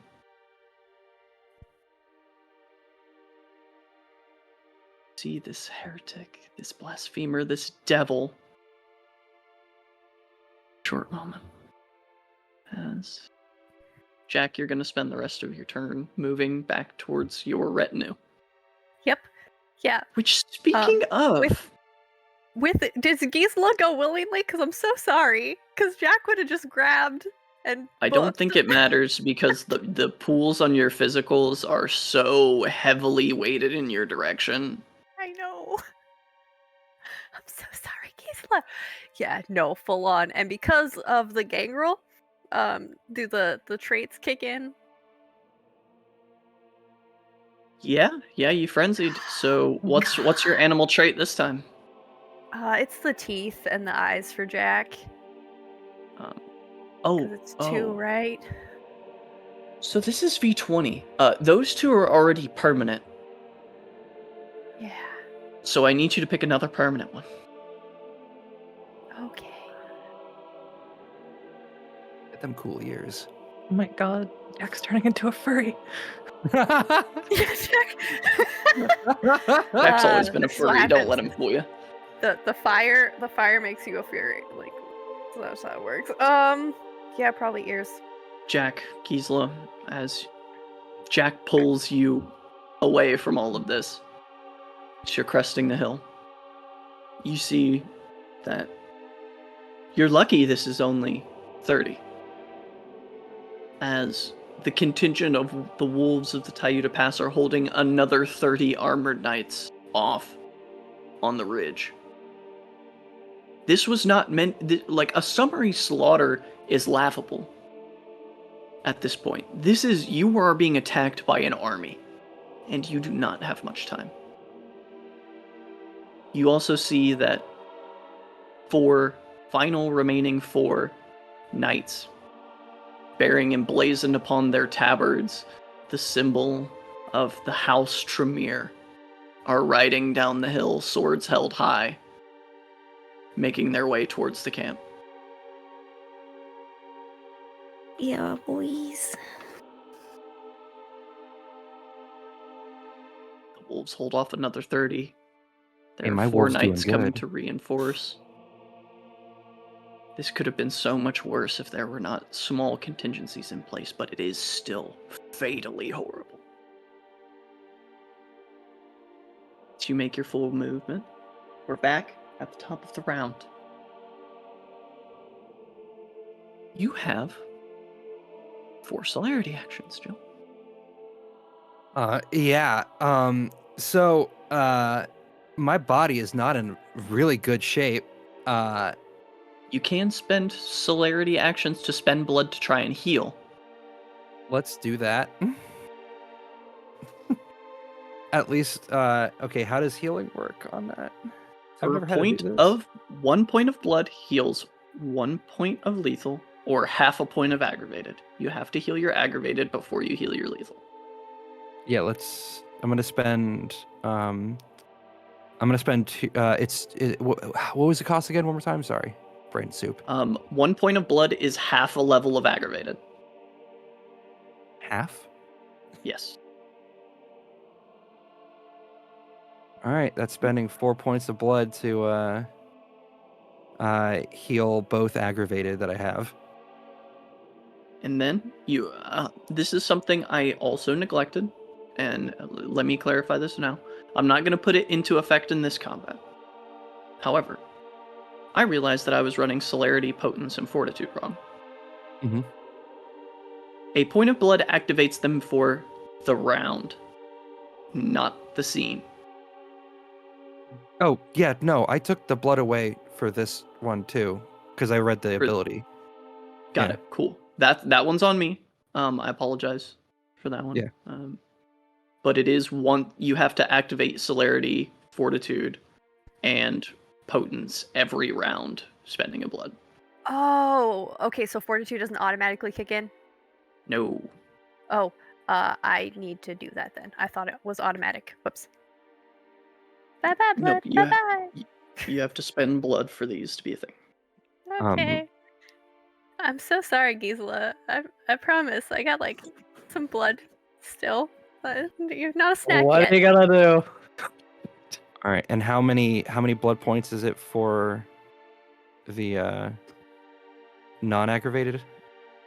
It's each? one. It's 1-to-1 for lethal, and then when you get down to bashing, you can spend 1 point to heal 2 levels of bashing. Okay. Oh, this is a lot. We don't do combat that often. So if my calculations are correct, Mhm. if you spend 1 point to keep your celerity up, Mhm. and then you spend 4 points to eliminate all of your aggravated and have a full tracker of lethal, you will have spent all the blood you could spend it around. Okay, heard. All right. That's the thing, and that's only one of my celerity moves, right?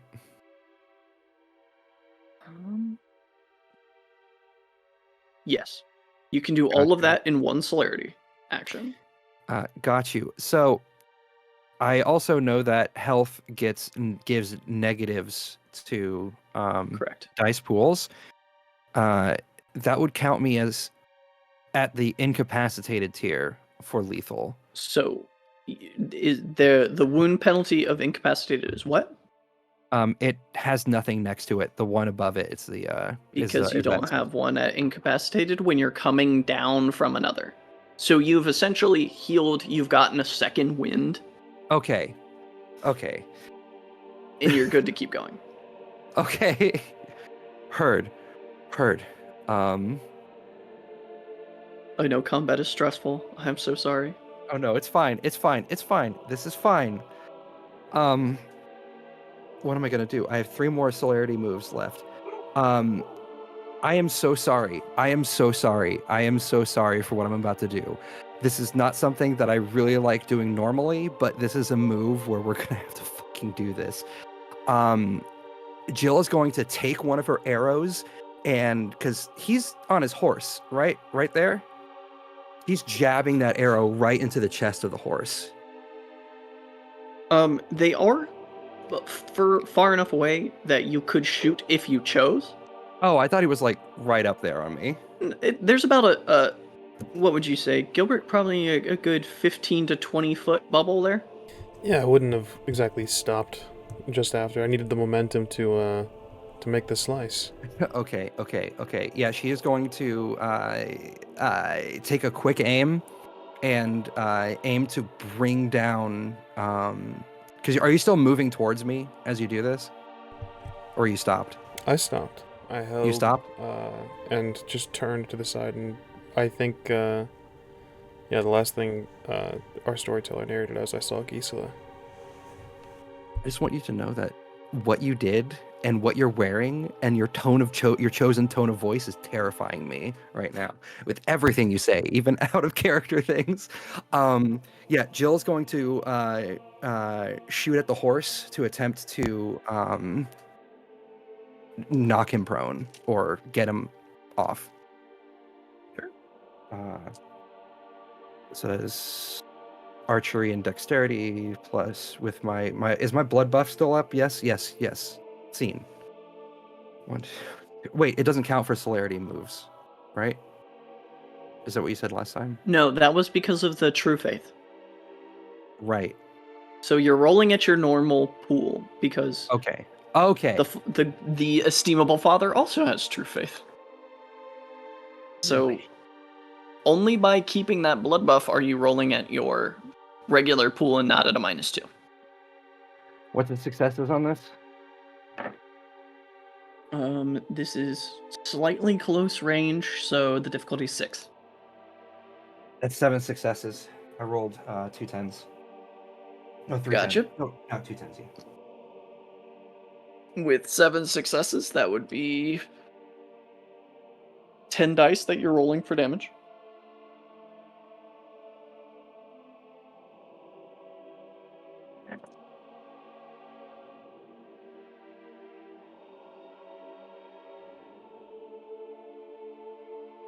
Eight. I need a dex and dodge from you, father, as the horse is coming down underneath you. And you shall have it.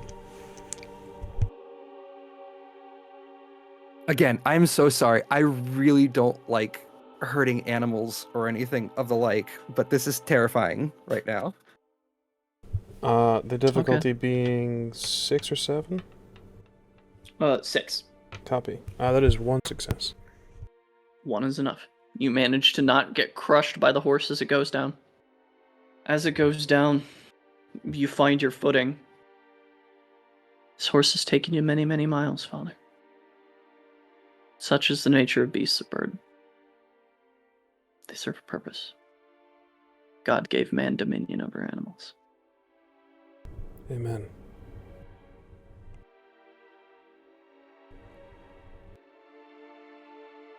Jill, I do believe you still have 2 more celerity actions.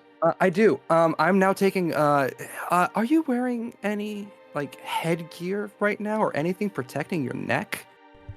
No. The chain. Oh, Oh, I'm they're sorry. talking to Me me. or Protect Why your are they neck. talking to me? the chainmail. If I'm, I guess it's really up to our storyteller. A chainmail that I've seen obviously includes the dome piece, the little. So it would just be my face. But it's entirely up to our storyteller. I can be hero unit if need be. There, so it does have the coif, the thing that goes over your head. Also under that, you wear a steel-lined neck guard that just looks like a leather collar underneath, but it is lined with steel. Excellent. This isn't your first rodeo. That is what you see, Jill. The father has a chainmail coif beneath his hood, which I imagine the falling of the horse has fallen down. I don't know why I'm getting Nazgul rising off of the fucking. Yes. Jill is going to attempt to take aim at his face and fire. So that is a called shot. That is going to increase your difficulty. Okay. I'm cool for it. Go ahead and roll and tell me how many 10s you get. You only want to know about 10s? Just 1 10. Okay. So you're going to roll 4 dice for your damage, because the difficulty of this shot is 10. 2 10s! 2 10s! All right. Father Giacomo, would you please roll your stamina dice, because ghouls can soak lethal damage. Wait, what? Excuse I'm me. sorry, what? Excuse me, ghouls? As you roll I this, had to ask. So I'm like, how long this great grandfather had been dead for like forever? so many, these devil's advocates you've had to torture to get here. 2 successes. So you'll take 2 levels of lethal damage from that first shot. As Do I notice that this is not doing as much damage as it should have? could be the chainmail coif. You did hit the head. As Joe readies that second shot and the camera begins to follow Father Giacomo further back in his time. So many of these devil's advocates you've had to go through to get here. It was about 70 years ago when the idea finally caught you. It was unsavory at first, just one of those temptations of the devil. Or you came across one who offered it willing. Of course, you drained him from all he was worth, viled it, stored it away. For it is only in the worst cases. Finally dawned on you. God allowed them to exist. It must be for a reason.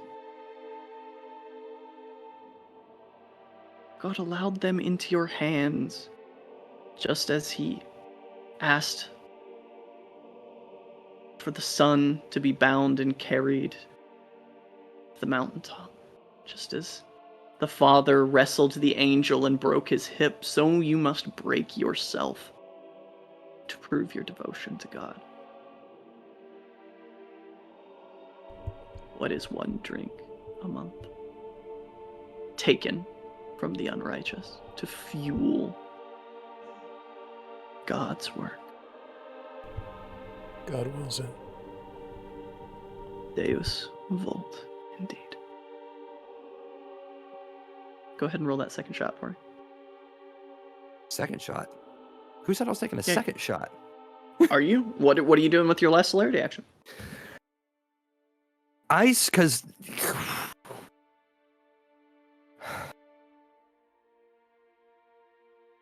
this is bad, especially with the damage that I took on just that one hit and where we're currently standing. Jill is remembering all the combat that she's seen before in the past, all the bloodshed that she's seen before, all those that she's lost in her time as a prince of the past, and all those that she could have lost. And it's in that moment, in a very split-second decision, she turns, she grabs Rosalind, and she celerity dashes towards where Jack went. Rosalind, are you unwilling? I'm 100% willing. So that is a celerity movement and a regular movement. Yep.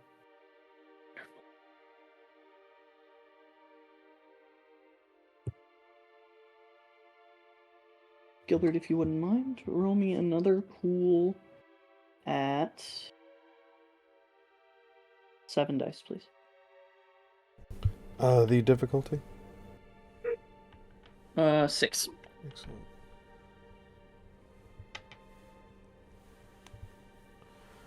2, 4, 5, 6, 7, 8 successes.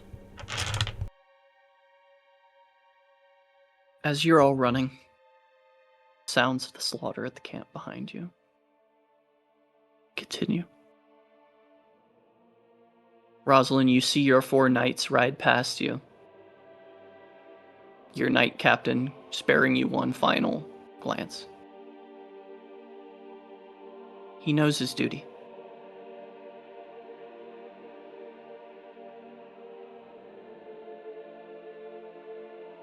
He rides forward, covering your escape.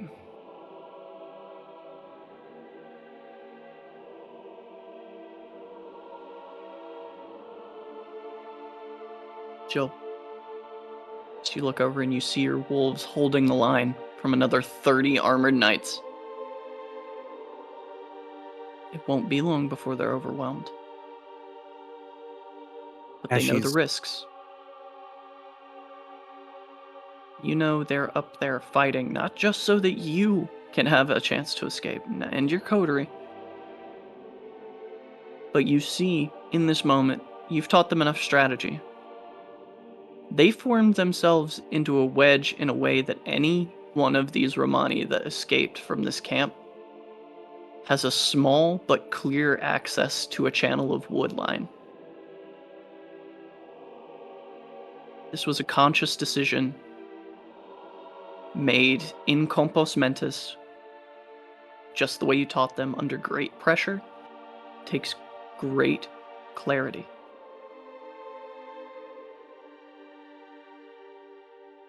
Do I see my ghoul there as I run past them?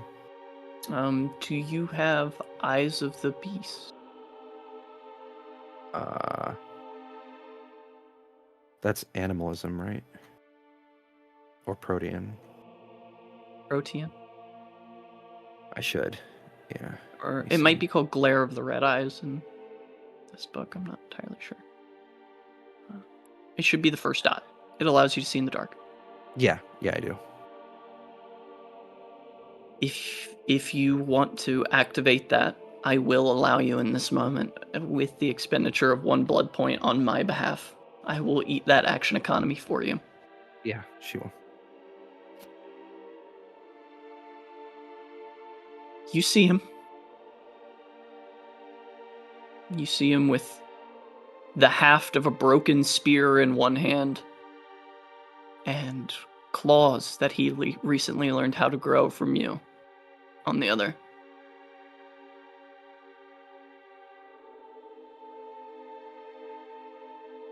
Sitting high on that dapple gray mare that he rode here. As she's dashing and sees this, there's part of her that aches to give out the whistle that she taught all her wolves, which would be the sign for retreat.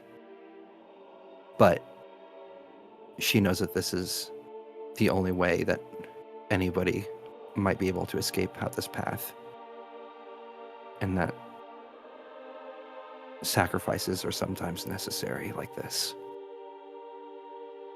And shedding a single blood-red tear, she's gonna mouth, even though they can't see her, she's gonna mouth thank you and continue on.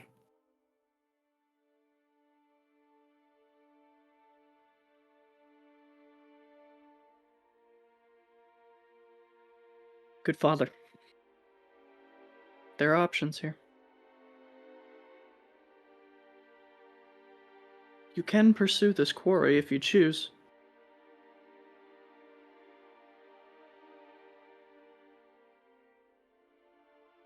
But if you do, you will be cut off from your own knights. Been doing this a very long time.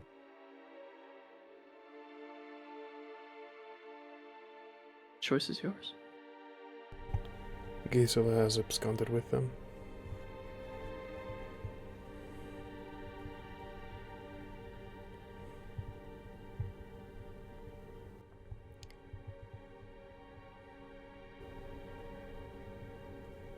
God wills it.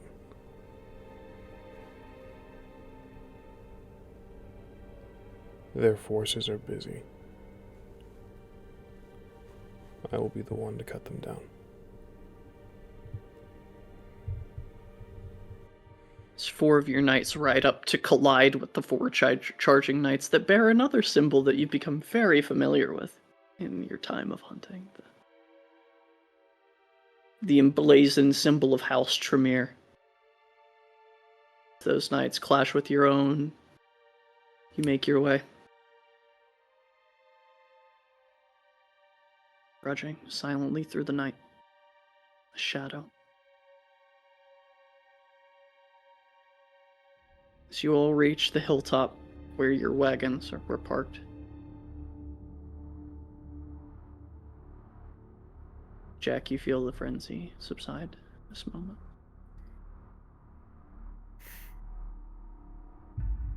You think you're alone till you hear the distinct 5th chainmail armor.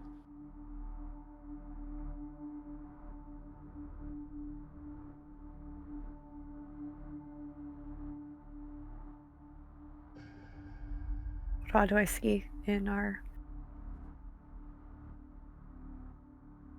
mountaintop view, hilltop view? You see that you don't have much time to dawdle. The forces that are assembled against you are vastly overwhelming to your own. You see standing between you and the final remaining cart that actually has a live horse, as the rest were slaughtered. His father, Giacomo Lorenzo.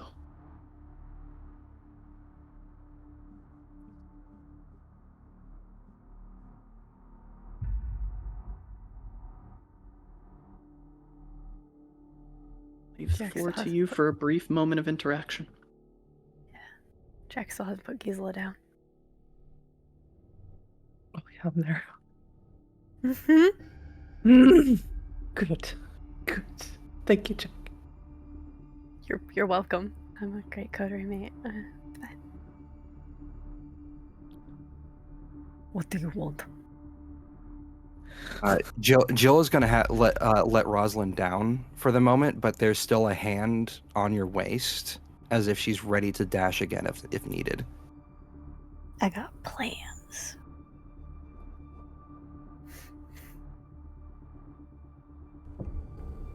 His eyes are fixed on Gisela. Read the soul.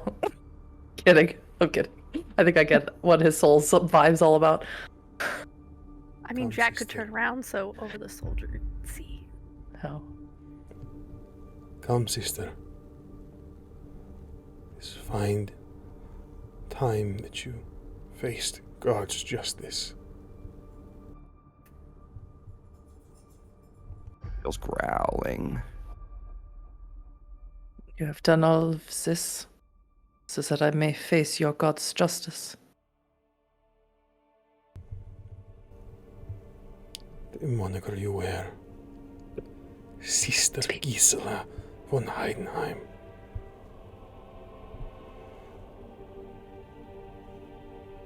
I The speak one for true God. God does not recognize you anymore.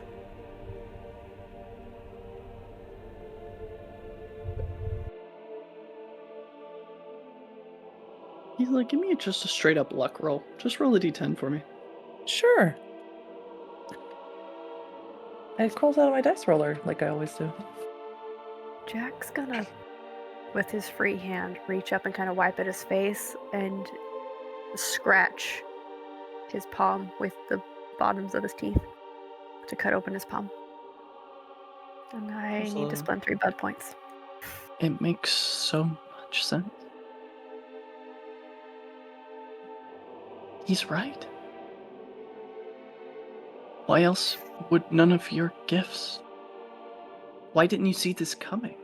Why can't you move unseen like the Holy Spirit? Why?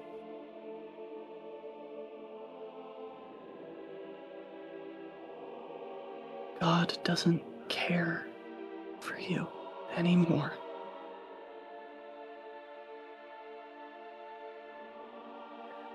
I'll look at him and say, then cleanse me with your holy fire, Father. I will brandish the bastard sword as I take a step forward and say,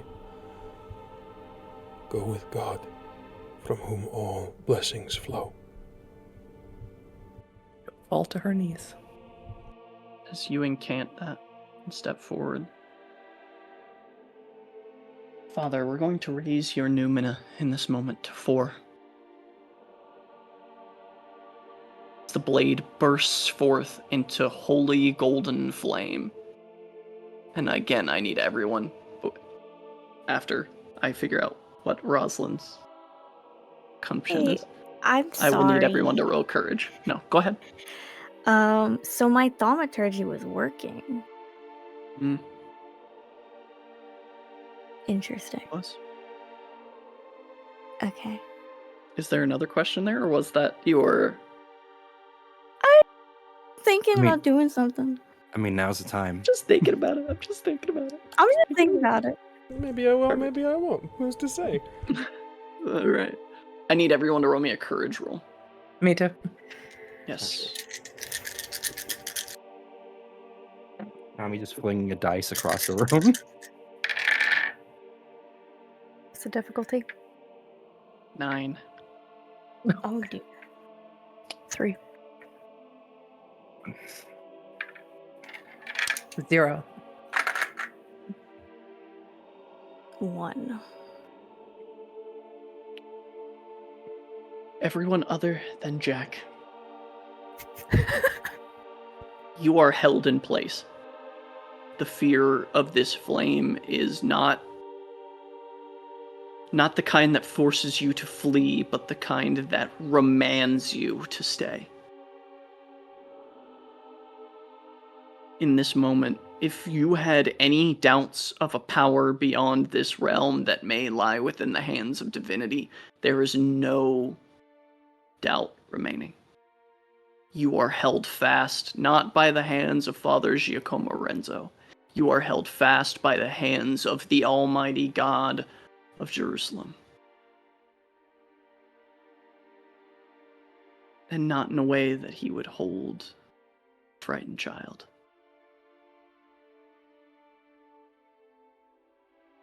In a way that is being held, waiting for the sword to fall.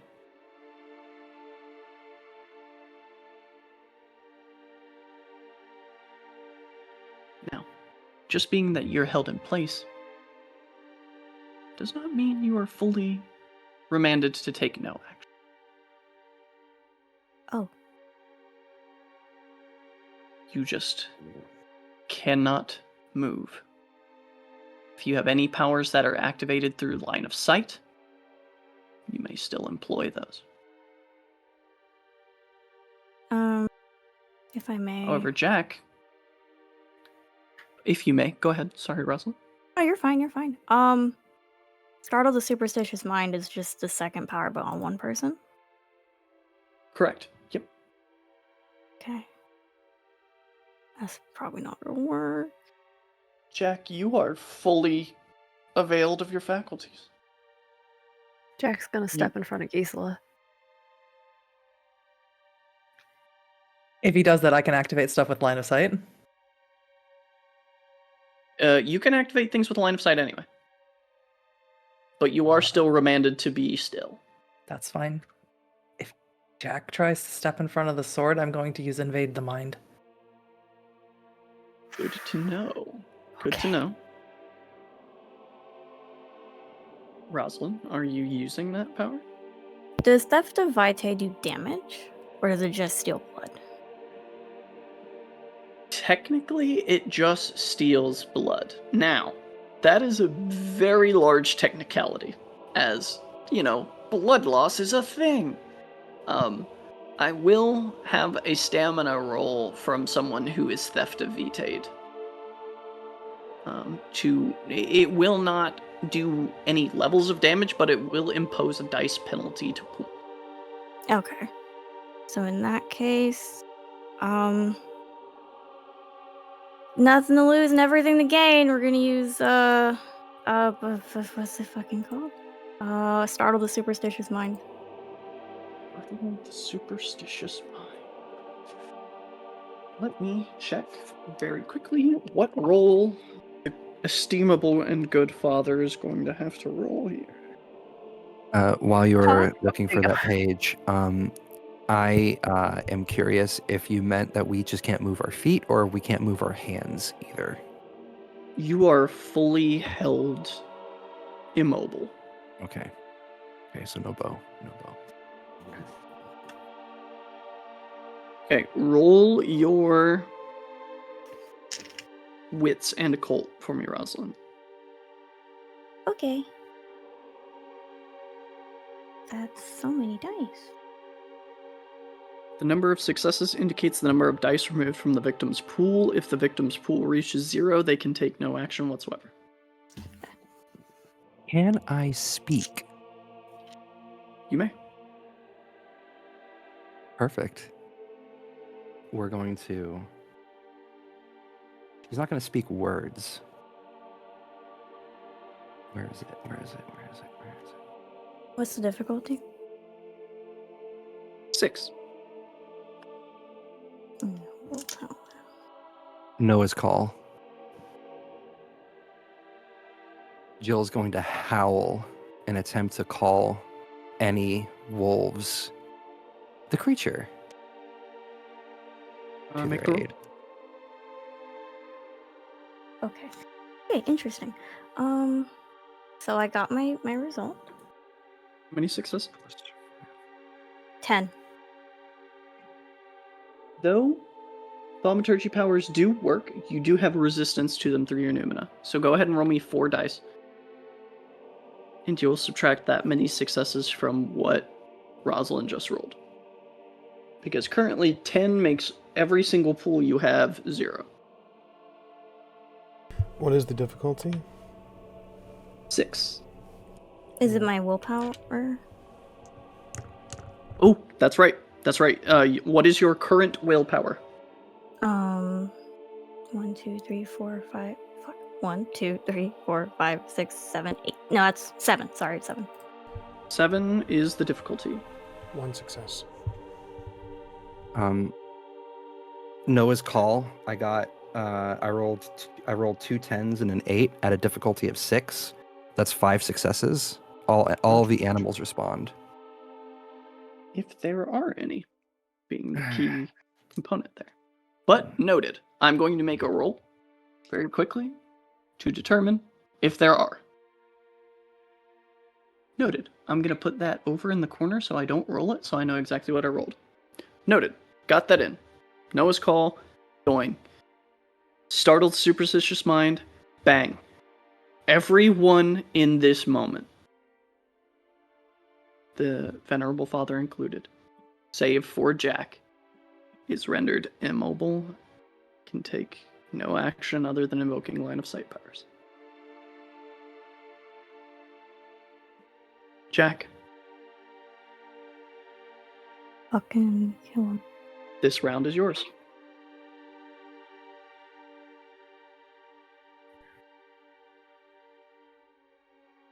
Jack does step up.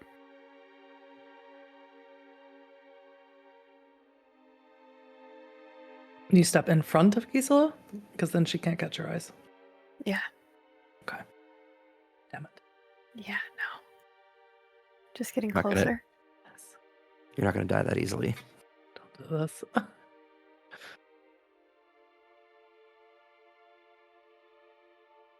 All for your god. Really. 6 seconds, Jack. So that's the amount of time you got. If you want to talk, it's not going to be right now. Mm-hmm. Jack's gonna try to grab whatever he can. Like, act like he's shoving him back, almost. Not sure what that would be. Brawl? Strength and brawl? Are you 'Cause actually really- shoving him, or what are you doing? Oh, Jack cut open his palm and I was gonna use disease. Okay. Disease? All right. Let's go to Quietus and see. Hold up in Oh my god, that's why you were hanging out with the Asamites. Love that. Yeah. Oh my god, just let Gisela get her head cut off, guys. Look, We're not going to let Gisela die. like I today. said, Jack doesn't want to have Don't to turn kill me all into the this. Jasper of this series. Too late. Oh, You're our oh, emotional oh, support martyr. You can't Literally- actually be a martyr. Make a willpower roll. What's the good father's willpower? Because that's the difficulty. The good father's willpower is 9. 9? Oh my god. Jesus Christ. Alright, What's my normal willpower? Hold alright, on. perfect. Wonderful. Love that. I'm I sorry, just- which I have a one? question. I have a question. I'm so sorry. I have a question. Can cementation work on True Faith or no? Didn't think so. All right. A Can't do question nothing for For nobody. Jack's roll, actually. Because with the Numina moving from 3 to 4, doesn't that grant me another willpower? It does not. Copy You can't get max willpower that easily. You lose 2 points from all of your physical attributes. And I believe that does make your dexterity 0. that. It does. Uh, What happens you at Dex 0? cannot move until one of those points is recovered. Oh. As Father, you feel the ripping of plague through your body. Pustules coughing up with blood. The sword flickers in its flame before it goes out. Am I unable to speak? You can have a few words between the coughing up of blood as blood runs from your eyes, nose, ears, mouth. Sure, but nothing mechanically sound, correct? Correct. Understood. He will begin to recite the Lord's Prayer.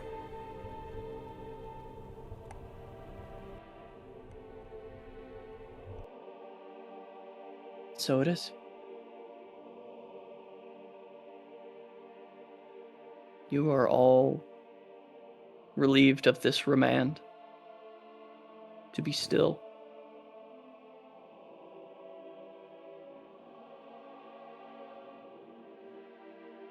So I can walk up to him. Mm-hmm.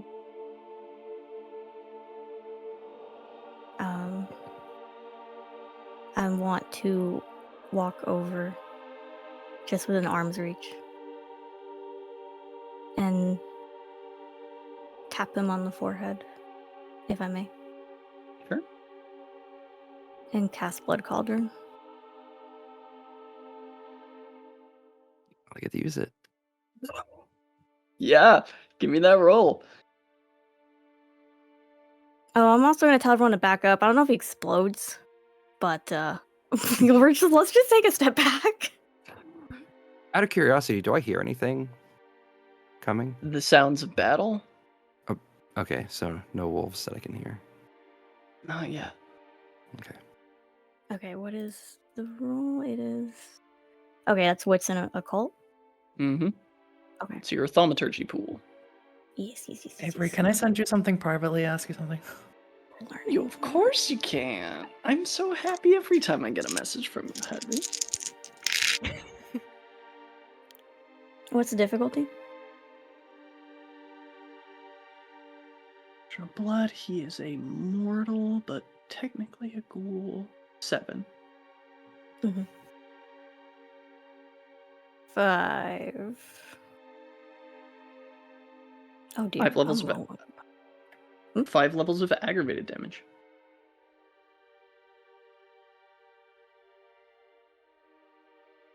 Hurt. I'm gonna make a call here. I'm going to roll singular d10. To be precise, I'm going to roll this d10 right here. He has been stricken with disease, and his blood is quite literally boiling from his veins. His stamina has been reduced to 1 by this disease.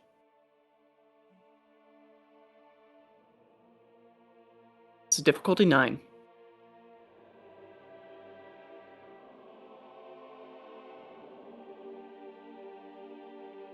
If I don't roll a 9 or a 10, this is going to kill the good father.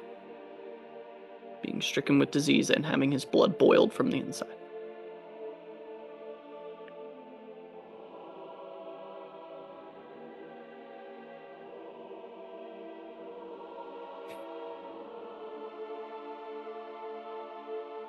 It's a 5.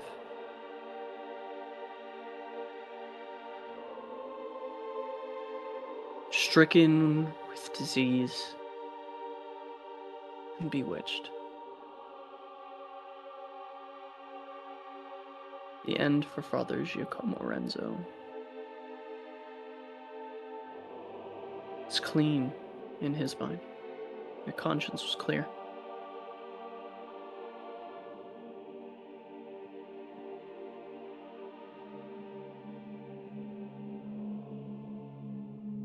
Of course, this has all been truly flashing back, because where we currently find our coterie right now,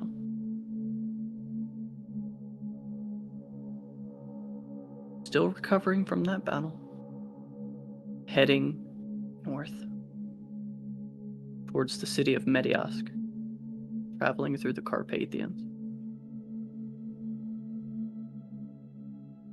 I know we're moving forward. Could she have attempted it? His body was destroyed between the boiling of the blood and the disease. He was truly liquefied by this cauldron of blood. Sorry. I was No, mad. it's fine. It's Disease fine. is nasty. I did some things. Can I keep something from him? What would you like to keep? His sword. Easily enough done.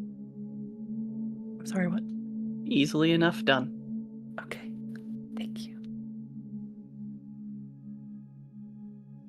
We find traveling northward a single cart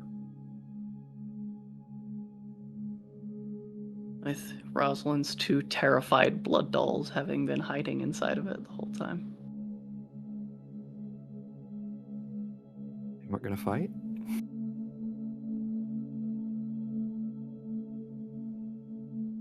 Traveling through the dark crags and dagger-like peaks of the Carpathian Mountains.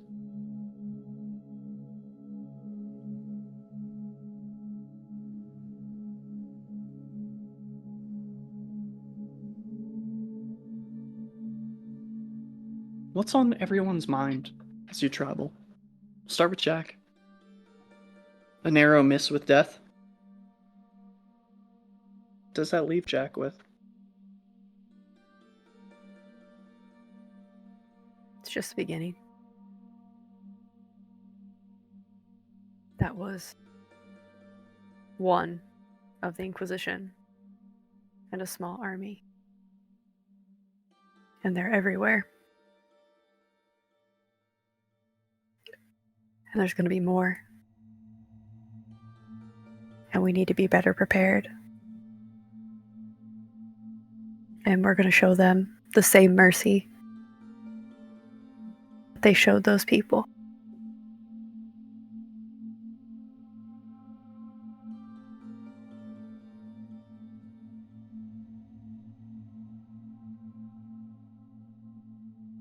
There's no time for weakness. No. As you rode away, you did see the wolves that you called. They dared not risk getting any closer to that battle. There were flames and men. Tools of Seth's children are not kind.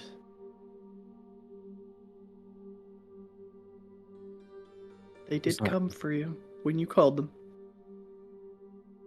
I would say probably in that instance, she would have probably called for them to follow to keep them safe on their road for as long as they would be willing to. And They followed you until you started into the mountain paths. They followed you for a full 3 days and nights. she's sitting there, recovering what was left of her own wounds as best as she could, watching her coterie, her family, thinking to Farkas, her ghoul, and the other wolves of her own militia that gave their lives to let them and whoever else made it escape.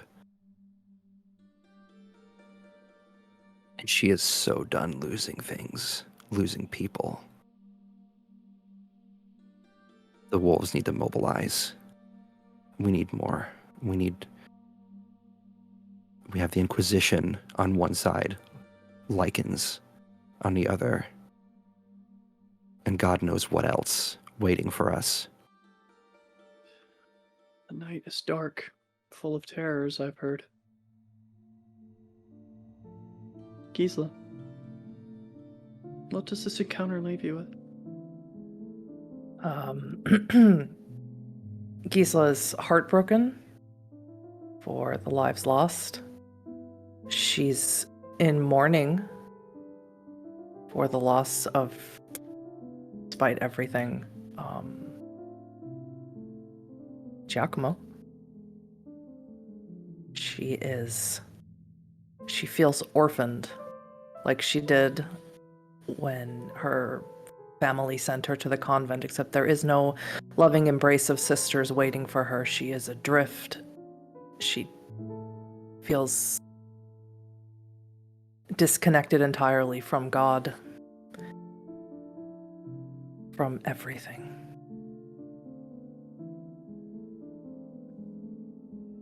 Rosalind, what has this encounter left our dear Tremere Prince with? Rosalind her first thought is to inform the council.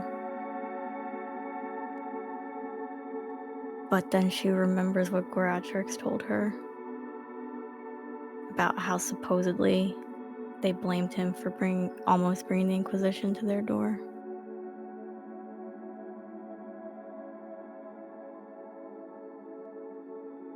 And she would normally have a bit of a power trip, but that was, like Jack was saying, that was just one out of however many. Countless. I will say in this moment, you are the only one who's grown to read the cuneiform. And as I made mention of, the golden pectoral that Delisbieta handed over to Gisela does have cuneiform writing on it. Is this something you're reading during your travels? Absolutely. So then it reads as such. I have found the key to power. It lies in surrender. Thus shall my name be forgotten. Thus shall I never be revered by my brethren. From within mine own destruction I shall fasten my gaze upon those who would seek my exalted destiny for themselves. Lo, let them be wary, for I have seen the unfolding of fate, and I shall come again when my time is nigh.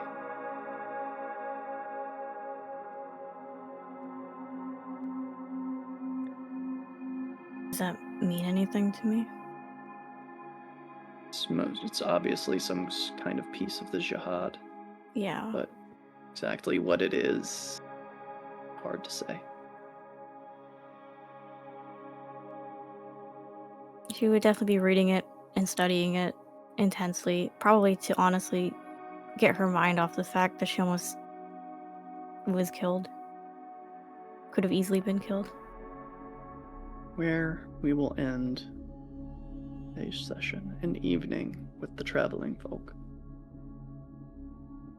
Joe? One thing I would like to add, she's thinking back to Scylla and what happened all those years ago when the offer originally made to her. And having survived this and needing to survive what's to come, she's going to finally think it's time to accept that offer. Understood. I'm sorry if I may also add something. Gisela would have taken off her crucifix and chucked it out the caravan. Did you say? Yeah, Jack would actually put a hand on Gisela's shoulder if she would have. Yeah. She's in her Also, did my in her ghoul mind survive? palace. Yeah, did my ghoul survive? Or was he not in the cart? The only two people that survived were the two blood dolls of Rosalind's that were in this Alright, cart. R.I.P. Drosko. Oof. Wow, it's a complete reversal of what happened before. And what you hear as you ride through the dusty, dark crags of the Carpathian Mountains, you hear Ave Militates. Hear now these words, for on them rests the balance of times to come. Lo, I beheld a great upheaval among the sons firstborn of Adam. Beneath their feet opened a great chasm. Upon its lips they stood poised to fall. Opposite of them, the generations, angry and resentful. Thus it is given to me to speak this warning to you. O keepers of the balance and bearers of the signs of the final days. And the child shall be divided brother against brother, hands raised against one another, even as Cain slew his own kin. The lesser shall become greater, and the great shall fall in a whirlwind of blood. One of the eldest has gone down to the pit, never to return. Another awaits doom from the kiss of his ungrateful children. Arise now. Go forth, all ye who hear my word. The Lord of Fiends stands upon the edge of his own destruction. Whether or not he meets his end lies with your prophets. You possess the knowledge hidden amongst your stores of his resting place. One will come in supplication to you, asking for what you have. Be wary of how you respond to his pleas for help. Be wise in your choices, my children.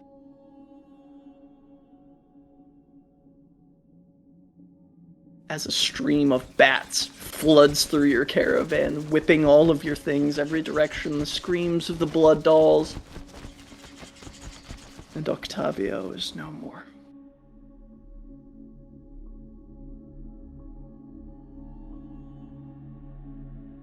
We're gonna go ahead and go around and introduce ourselves one more time before we say goodbye to everyone. Oh my god. As I said, I've been Avery. I've been your storyteller this evening. Let's go ahead and start with our grade A guest performance, triple A studded platinum Catholic priest.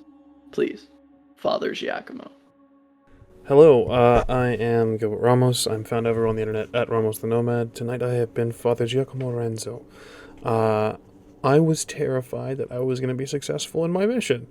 I'm not going to lie. I love Gisela, and I don't want to see anything happen to her. However, I wasn't going to pull punches. Yeah, you can find me everywhere at Ramos the Nomad, and thank you guys so much for having me. Thank you for letting me torment you tonight. Absolutely. Go ahead and shift it over to the wonderful Az.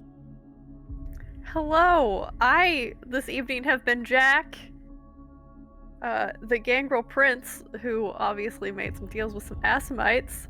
That was fucking terrifying and wonderful. Thank you all so much for this session. I day to day am as I was on social media because I think I'm funny. You can find me here on the Rolling Nomads for this show, Transylvania Beckons, and also Witcher Ways of Old, playing Relg, everybody's favorite criminal.